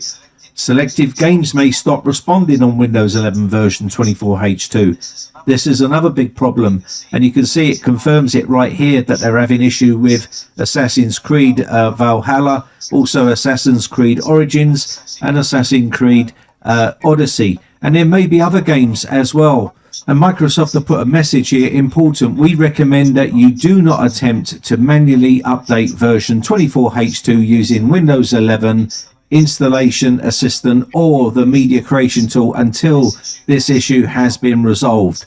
So I would not be updating to that version at all until all of these issues have been resolved. And there may be other issues as well. You can report a problem with Windows updates to the feedback hub, and this also helps Microsoft to try and resolve this issue. Now, of course, you're going to get some people that have already rolled out the Windows 11 update for 24H2 and now not having any issues whatsoever.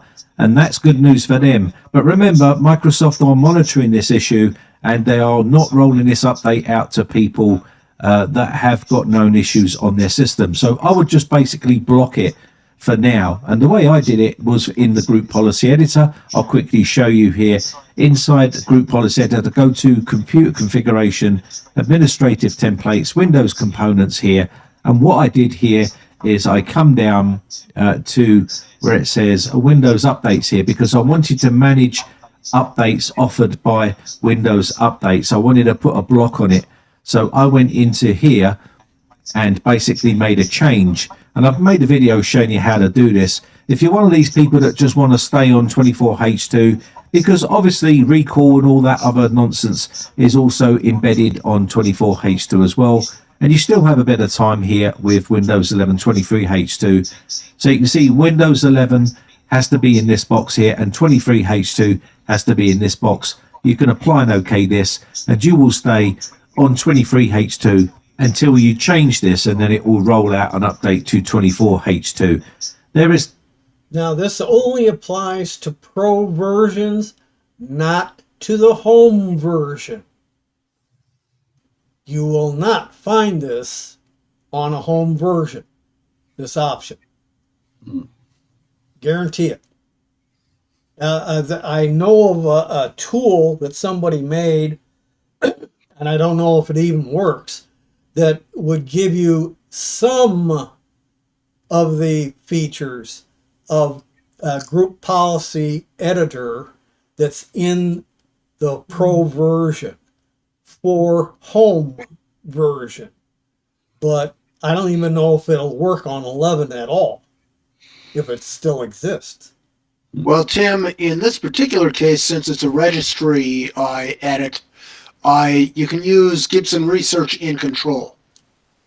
Yeah. Now, do you want to tell me the percentage of people using Windows 11 that know how to do the registry and will feel comfortable doing the registry? That's why I recommend the Gibson Research tool, because it's just an automatic tool with a graphical interface. It's just a one-button thing, and you just simply select or type in where you want to hold. In the case of most of us, it would be Windows 11 23H2. And that's from Gibson Research, in Control. tons of issues with 24H2, and I would just not bother updating to it just yet, at least for a few months. Now, if you're on a Windows 11 Home PC, you may not have the option to use Group Policy Editor. In that case, you would need to use the Registry Editor, and I'll quickly show you here, just in case you want to stay on 23H2 instead of rolling out to 24H2 and having a major headache. So inside here, you need to go to HKey Local Machine, Software, Policies, Microsoft, and then come down to Windows here. And then what you're doing here from Windows is looking for Windows Update. So let's go to Windows Update here. And if you look on the right-hand pane here, these keys are already embedded here because of the group policy. But you need to create a string value for product version, just as you see here. So just right-click on the right-hand pane and create a new string value. Call it product version and put Windows 11 in there. So right-click and just create this string value, and that will be the product version. Next, you'll need to create a DWORD 32-bit value key and call that target release version exactly how you see it here, and then basically give that a value of 1, like so. And you need to then create one more key, and that's going to be another string value that you need to create, and call that target release version information. And basically you'll need to give that some values as well in there. Let me just quickly show you here. So once you've created that key, you want to put 23H2 in here, restart your PC, and you'll be staying on 23H2. And that's basically how you can stay on 23H2 for some time. In fact, if you... Now, how many of you want to try and do this? Not me. That's why I recommend that tool that I just put into chat. It will do it for you. That's why I'm bringing this whole issue up. I've been doing registry changes for about 25 years. So I'm usually quite comfortable with it, and I don't have a problem with it. One thing I didn't know will come shortly. If you're running Windows 11 Pro, the end of life for that is November 11th, 2025. So you don't have to rush. And if you do these registry tweaks or group policy edits, you will see something looking like this, where it's not going to be forced on you, and you can wait a few months. I would not even contemplate updating to 24H2 for at least 4 months and maybe 6 until it's fully fixed. Anyway, with that said, I think that's going to be about it. Let me know in the comment section down below whether you've had any issues with 24H2. Be happy to... Oops. I didn't notice that was down, but okay. And any further questions on 24H2? Yeah. Probably just one. One question is not updating it until for a while, but the other updates that should happen automatically, such as Windows Defender, those things update automatically. If you do these changes that were specified, the way they were specified, or Bob Premick's tool that's in the chat, then it will only affect the option to update 24H2 and will not affect any other updates for your system. Yeah, you'll still get your regular updates and your security updates. And the Windows Defender engine will still keep up to date. Any other questions? This one here I shoved in because I didn't have any place else to put it anyhow. But it's something that more and more people might be interested in. I'll probably end up eventually having to get something like this. Hey everybody, it's Lon Seib, and we're taking a look today at the GT Media X1. This is another DRM compatible ATSC3 tuner. It is running Android, as all of them do, and just like all the other ones we've looked at, this is another great example of how the broadcast industry is destroying themselves by insisting on a DRM standard that only runs on these lousy, hacked-together Chinese boxes like this one. So why don't we get into it now and see what this box is all about. Now, before we jump in, I do want to let you know, in the interest of full disclosure, this came in free of charge from the manufacturer. However, they did not review or approve this video before it was uploaded, nor was any other compensation received.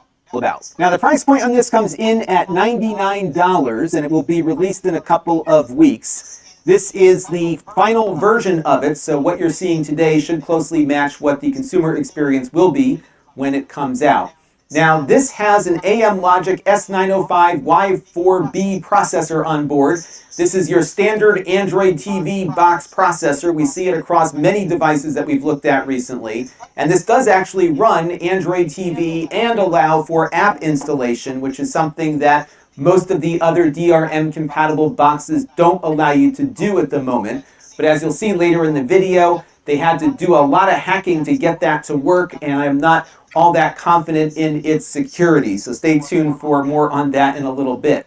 Now here you have your antenna input for the built-in tuner. There is only one tuner on board, but as you will see, you can actually tune multiple channels if they are on the same frequency, and we're seeing that a lot now with ATSC3 across the country, including where I live in Connecticut. So it's actually possible with only one tuner to watch something while you're recording something else, or record multiple things at the same time. You have an Ethernet port here for connecting it directly to your network, but it also supports Wi-Fi. Now, it does support AC Wi-Fi, but not Wi-Fi 6, but it really doesn't matter because this won't function as an in-home gateway device for over-the-air television. and that is because the broadcasters don't allow it. So if you have multiple TVs in your house, their vision for the future is to buy a bunch of these crappy boxes and attach antennas to each one in order to get all of this to work. Right here you've got your HDMI output. This will output 4K HDR. There are some broadcasters experimenting with HDR at the moment, and that will work with this box, but I don't have any of that going on in my neck of the woods at the moment. There's also some apps you'll find installed, but the compatibility with HDR and 4K will be spotty based on the fact that some apps do not officially install on here and they had to sideload things on to get them to work. And then on the side here you have a USB port for attaching external storage for your recordings. You can also store those recordings on the internal storage, but there's only about 32 gigabytes on here, so you'll get much more recording time if you plug a hard drive in. Unfortunately, though, you cannot take those recordings off the box, nor can you stream them anywhere. It has to be played on this device. Here is your power plug for plugging it in, and that is pretty much it. It is pretty bright when it's turned on. So as you can see here, it's got this blue glow on the box at all times. And when you pull the network cable out, it goes to red. And that's because the broadcasters also require an internet connection to watch live TV off an antenna. That's because of the security protocols that they've put in place. Now, I did some experimentation with this earlier where I was tuning into a DRM channel and then pulled the network cable out. It was able to continue watching that channel. I could even retune to that channel, but switching to another DRM channel required an internet connection for it to come back. So once again, we're seeing that all the inconveniences of the ATSC3 DRM standard are continuing into every new device that is getting certified for it. So yeah, it's an experience. So let's take a look now and see how this thing performs. I'm going to go hook it up upstairs to my antenna, and we'll see what we can do with it. All right, I've got it plugged in upstairs, and I've got this really neat infrared transmitter that lets me operate the device with its remote control from down here. Now, this is the interface for the TV guide here. There's actually two different ways to browse this. So what I'm going to do here is just switch over to my NBC affiliate. And as you can see, this has a key next to it, which indicates that it is a DRM channel. So I'm going to hit the button there, and that will begin the tuning process. I found the tuning speed on here is pretty slow, pretty much in line with some of the other boxes that we've looked at here. The DRM channels take a little bit longer because it does go out to the internet to get a key, and then it decrypts and lets you watch the channel. When you're browsing through here, you'll also see some information about what is currently on, along with what channel it's on and what format it's in. So this is an ATSC3 DRM channel. Now I'm going to hit the exit button here, and that will get us out to just what we're watching. And what you'll notice here on the bottom, if I pull that back up again, is that you do get signal strength information down here. You also get some indication as to what the different formats are. I'll push the button here again. That the encoding has. So here we've got AC4 audio, HEVC video, closed captioning, and it's in high definition. Now what I can also do here is go to the DVR function, and if I click on that, I can actually start recording something. So I'm going to do that. I'll hit start PVR, and as you can see here, WVIT is now recording. Now what's neat about this is that although it only has one tuner on board, what I can do, and it looks like the screen's a little dim now, what I can do is go to another channel that is on the same frequency. So all of my ATSC3 programming here in Connecticut is on the same tower. So when I hit menu, as you can see, it's giving me different channels that I can tune to now, but I don't have all the channels that I could watch. And that's because right now, because I'm recording, I can only switch to a channel that is on this exact frequency. But it does give us multi-tuning functionality. So for example, I can go to 8-1 here, which is my ABC affiliate, and I can tune that in. Again, it takes it a little bit of time to spin up, a little bit faster though on this channel because this is an ATSC3 without DRM broadcast. And if I hit exit here again, what I can do is go over to that DVR menu again, and I can record this channel now at the same time. So now we can add a second one to it. Unfortunately, this stays up here when it's recording, and I can't find a way to get rid of it. So hopefully in a future firmware update, they make that change. And then I can hit menu here again and go to another channel and tune into that one while we're recording the other two.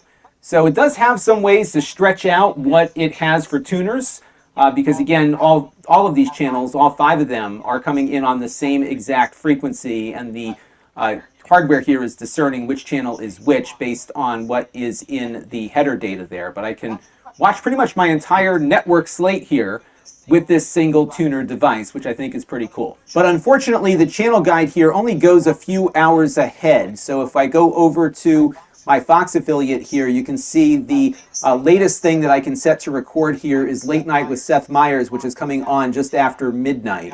Now I can set a timer to record at that time, but I can't go any further than that. And it also doesn't look like I can schedule shows here. I've got to go in and schedule each one individually each time it comes on. So they do have some work to do here to get this channel guide working in a way that works as a true DVR. But it does record DRM content and non-DRM content, and of course we can do more than one channel at a time. Now to play this back, we go back to the DVR menu here, and we can go over to DVR media list, but I can't play anything while it's recording. So I have to hit stop here, and I'm going to stop all of them. And then if I go back to the DVR here, I can go to my media list and I can pick out some things that have been recorded previously. And just to prove that this can play back DRM content, I'm going to pick this one from my CBS affiliate, which is encrypted. And if I hit the button on that, it will spin that up and play it back off of the external hard drive that I have attached to it. Now, I was able to get access to the file system on the hard drive and extract the recordings, but they are all encrypted. It also records everything in these very small segments here, as you can see. And this is only like 10 minutes worth of recording, but it makes a new file like every megabyte or so. But if you try to play these things back with VLC or with QuickTime, what it will do is just error out and not play anything. So if I double click on this one to load up QuickTime, we'll get an error here saying that it cannot be opened. So unfortunately, everything is unplayable unless you were using their app on the device that recorded it. And that includes channels that are not encrypted, like my ABC affiliate here. I couldn't play back these files either. Now, they also have a different way to browse your channels with this EPG button on the remote. So if I push this here, it'll pull up a different menu that I can use to scroll through what is on television right now. And as you can see, it's not getting any guide data, even though it's plugged into the internet right now and has been all day. So it's going to be a very clunky experience.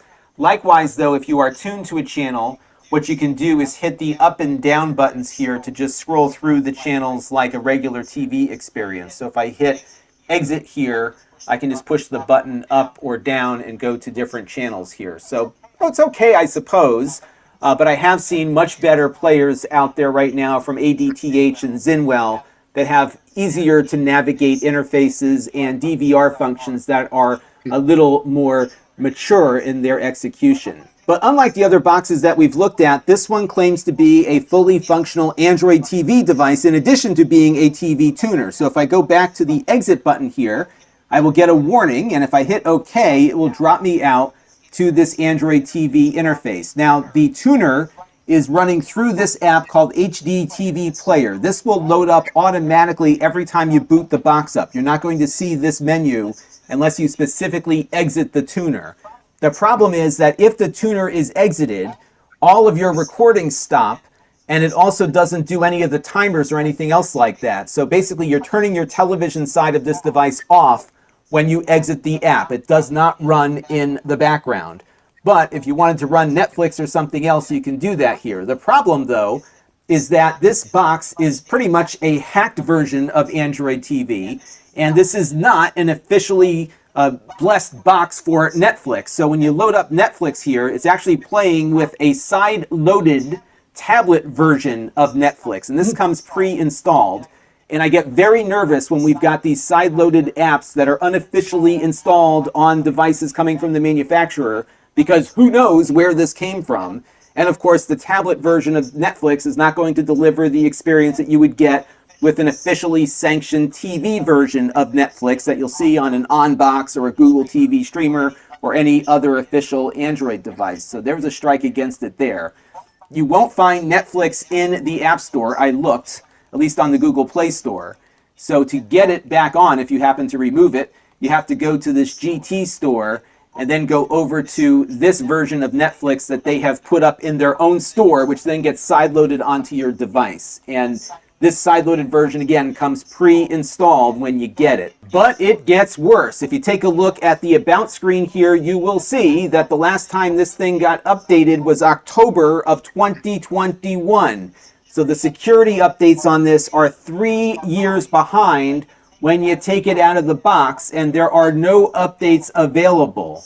So this is what we're getting now with the DRM. A lot of second-rate boxes running hacked together old versions of Android that are seriously out of date and making people's networks vulnerable to who knows what that might be coming in off the internet or one of these side-loaded apps. I also tried to load up Disney Plus here, and when I do that, it says I need an update. When I click on update, it then drops me off into some other thing here with an error message, and then I go over to some side-loading app utility here called Aptioid or something. I don't know, it just locks up and freezes.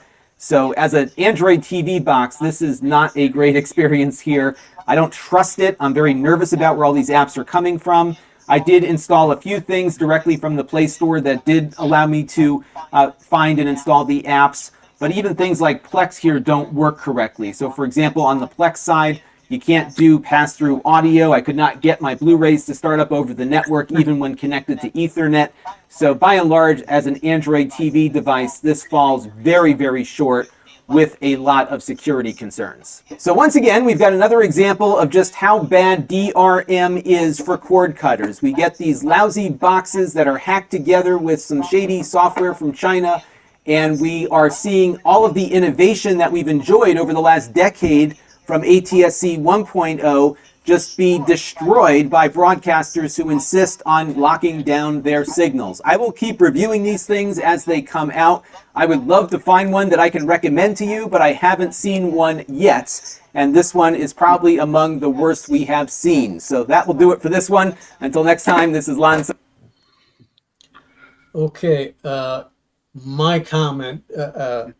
This is for people using over-the-air connections for some of their TV content.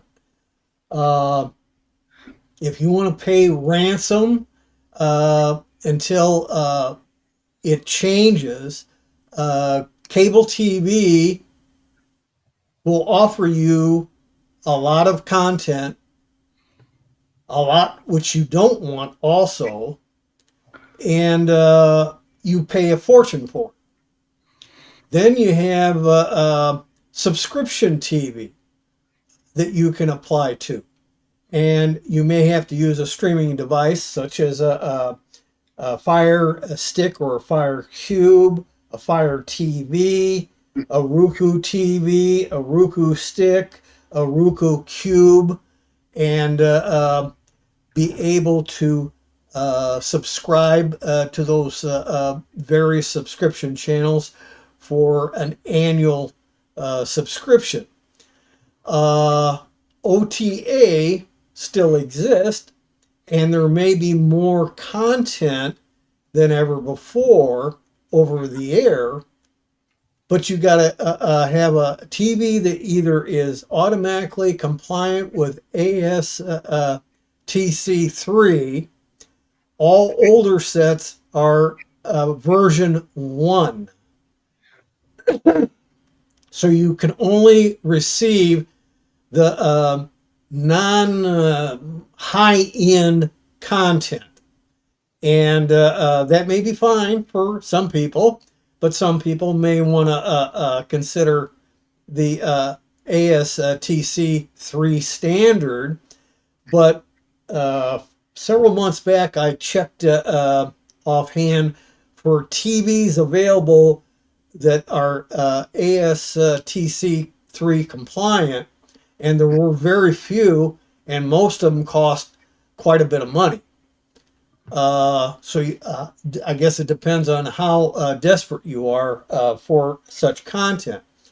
Around here, we do have it on, I think 5 and 2, but I'm not positive of that. I'm not sure about any other channels at the moment. And but the regular 1 compliant is still in existence for channel 2 and channel 5. Where Bob is at, there's a lot more of the version 3. Anybody got any comments? I have no time for television anyway, so I really don't care. I have very little time myself, and usually I'm only listening to ASTC 1 broadcast as long as they exist. I do have an alternative through my Roku box. I can go to live channels and get much of the same information. It's just a little inconvenient at the moment, but if they take away the ASTC 1 signal, that's what I'll be probably forced to use. I stopped doing cable TV, I don't know how many years ago, but it was a long time ago. I had quit Comcast because of what they kept increasing the charges for one person to watch their TV, and most of it you never watched to begin with. I think I had maybe a dozen channels that I ever looked at. And when I went to WoW, I had it for a while, but then I finally got to the point where I just used Roku, and I said, hell with that. And the only thing I got then was internet connectivity and VoPy phone.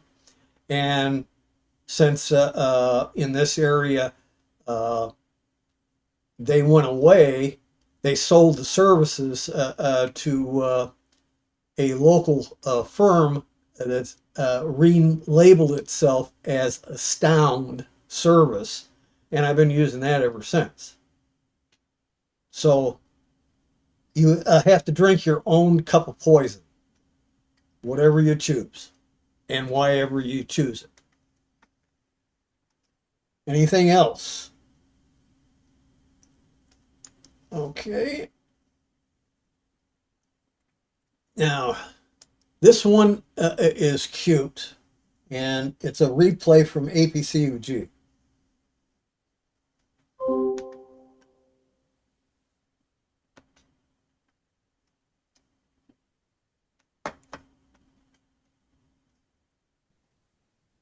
Welcome to APCUG's Wednesday workshop, where we get together in the middle of the week to learn more about technology. We're preparing for October, for Cybersecurity Month. We have with us today someone that has a lot of knowledge, but she's also very busy.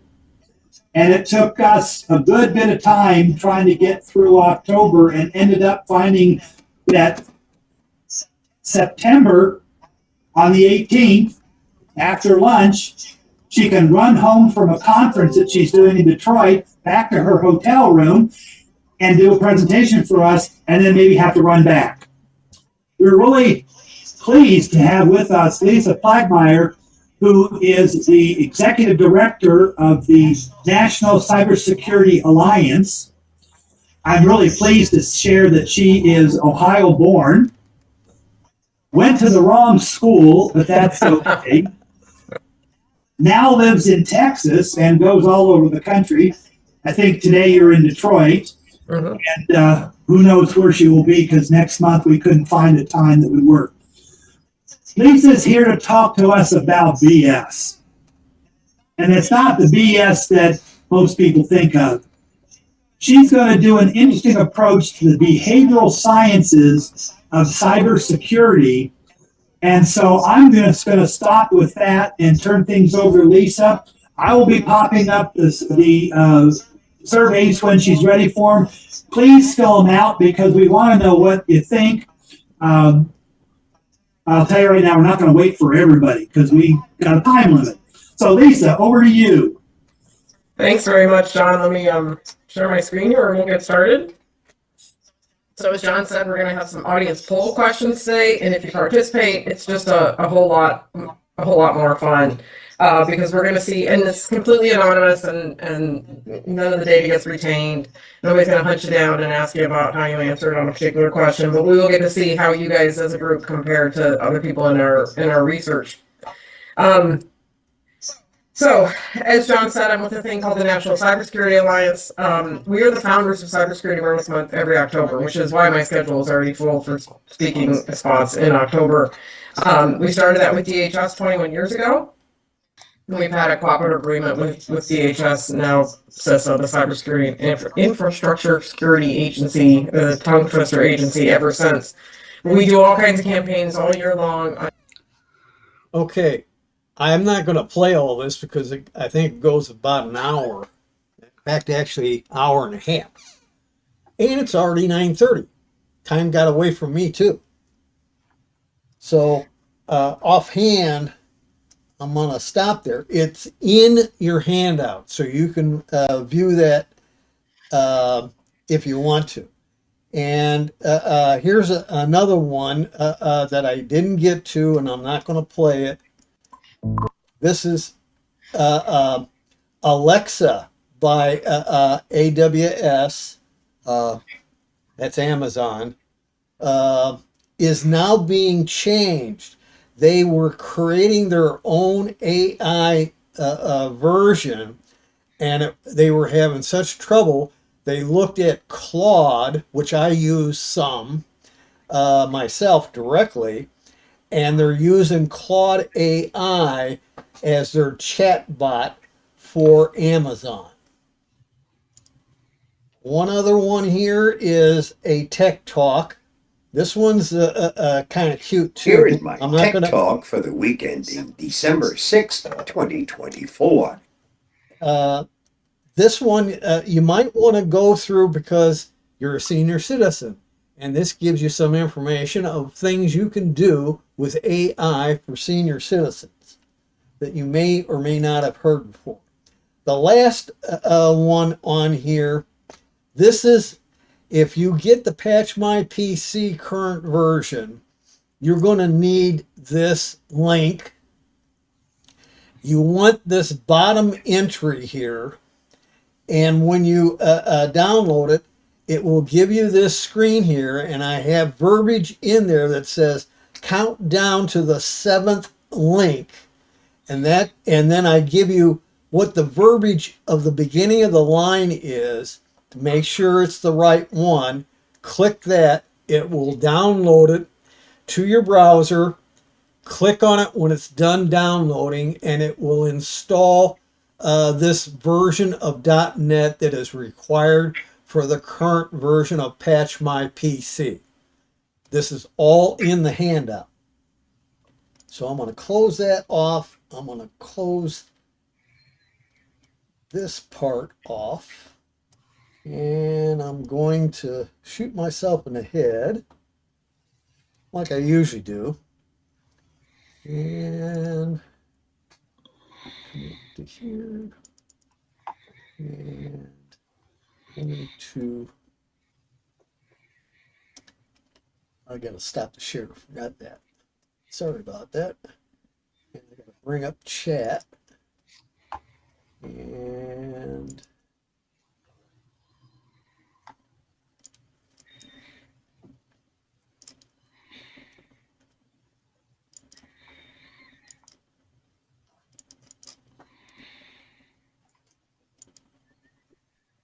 Looks like even Drew's dog went to sleep. yeah, we got a lot of sleepyheads tonight. Well, Drew's in my time zone, so it's probably past his bedtime. Yeah. Except Drew himself never sleeps. What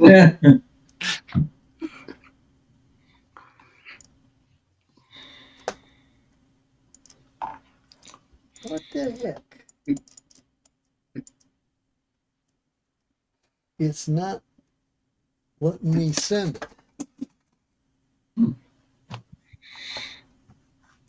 Oh, Yeah, so anyway, I found out about my video situation. Intel just simply has discontinued ARC for my chipset.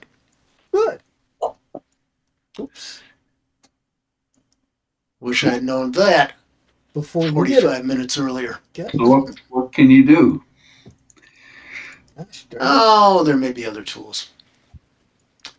Gotcha. Now I know why. Somebody got potentially a lot of copies. Okay, it should be up there.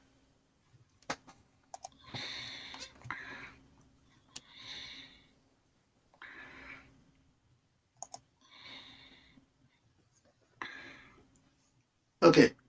Does everybody have their copy? Yeah. Working on it. You're not supposed to handwrite it. You're supposed to copy the file down.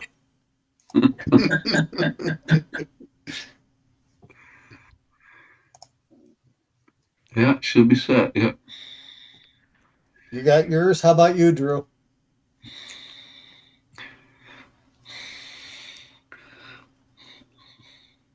Drew's dog ate it. Well, he's still waking up. He's muted. Should be muted. Oops. I got it. Okay. Then I'm going to call it a night. Tomorrow I'll be at the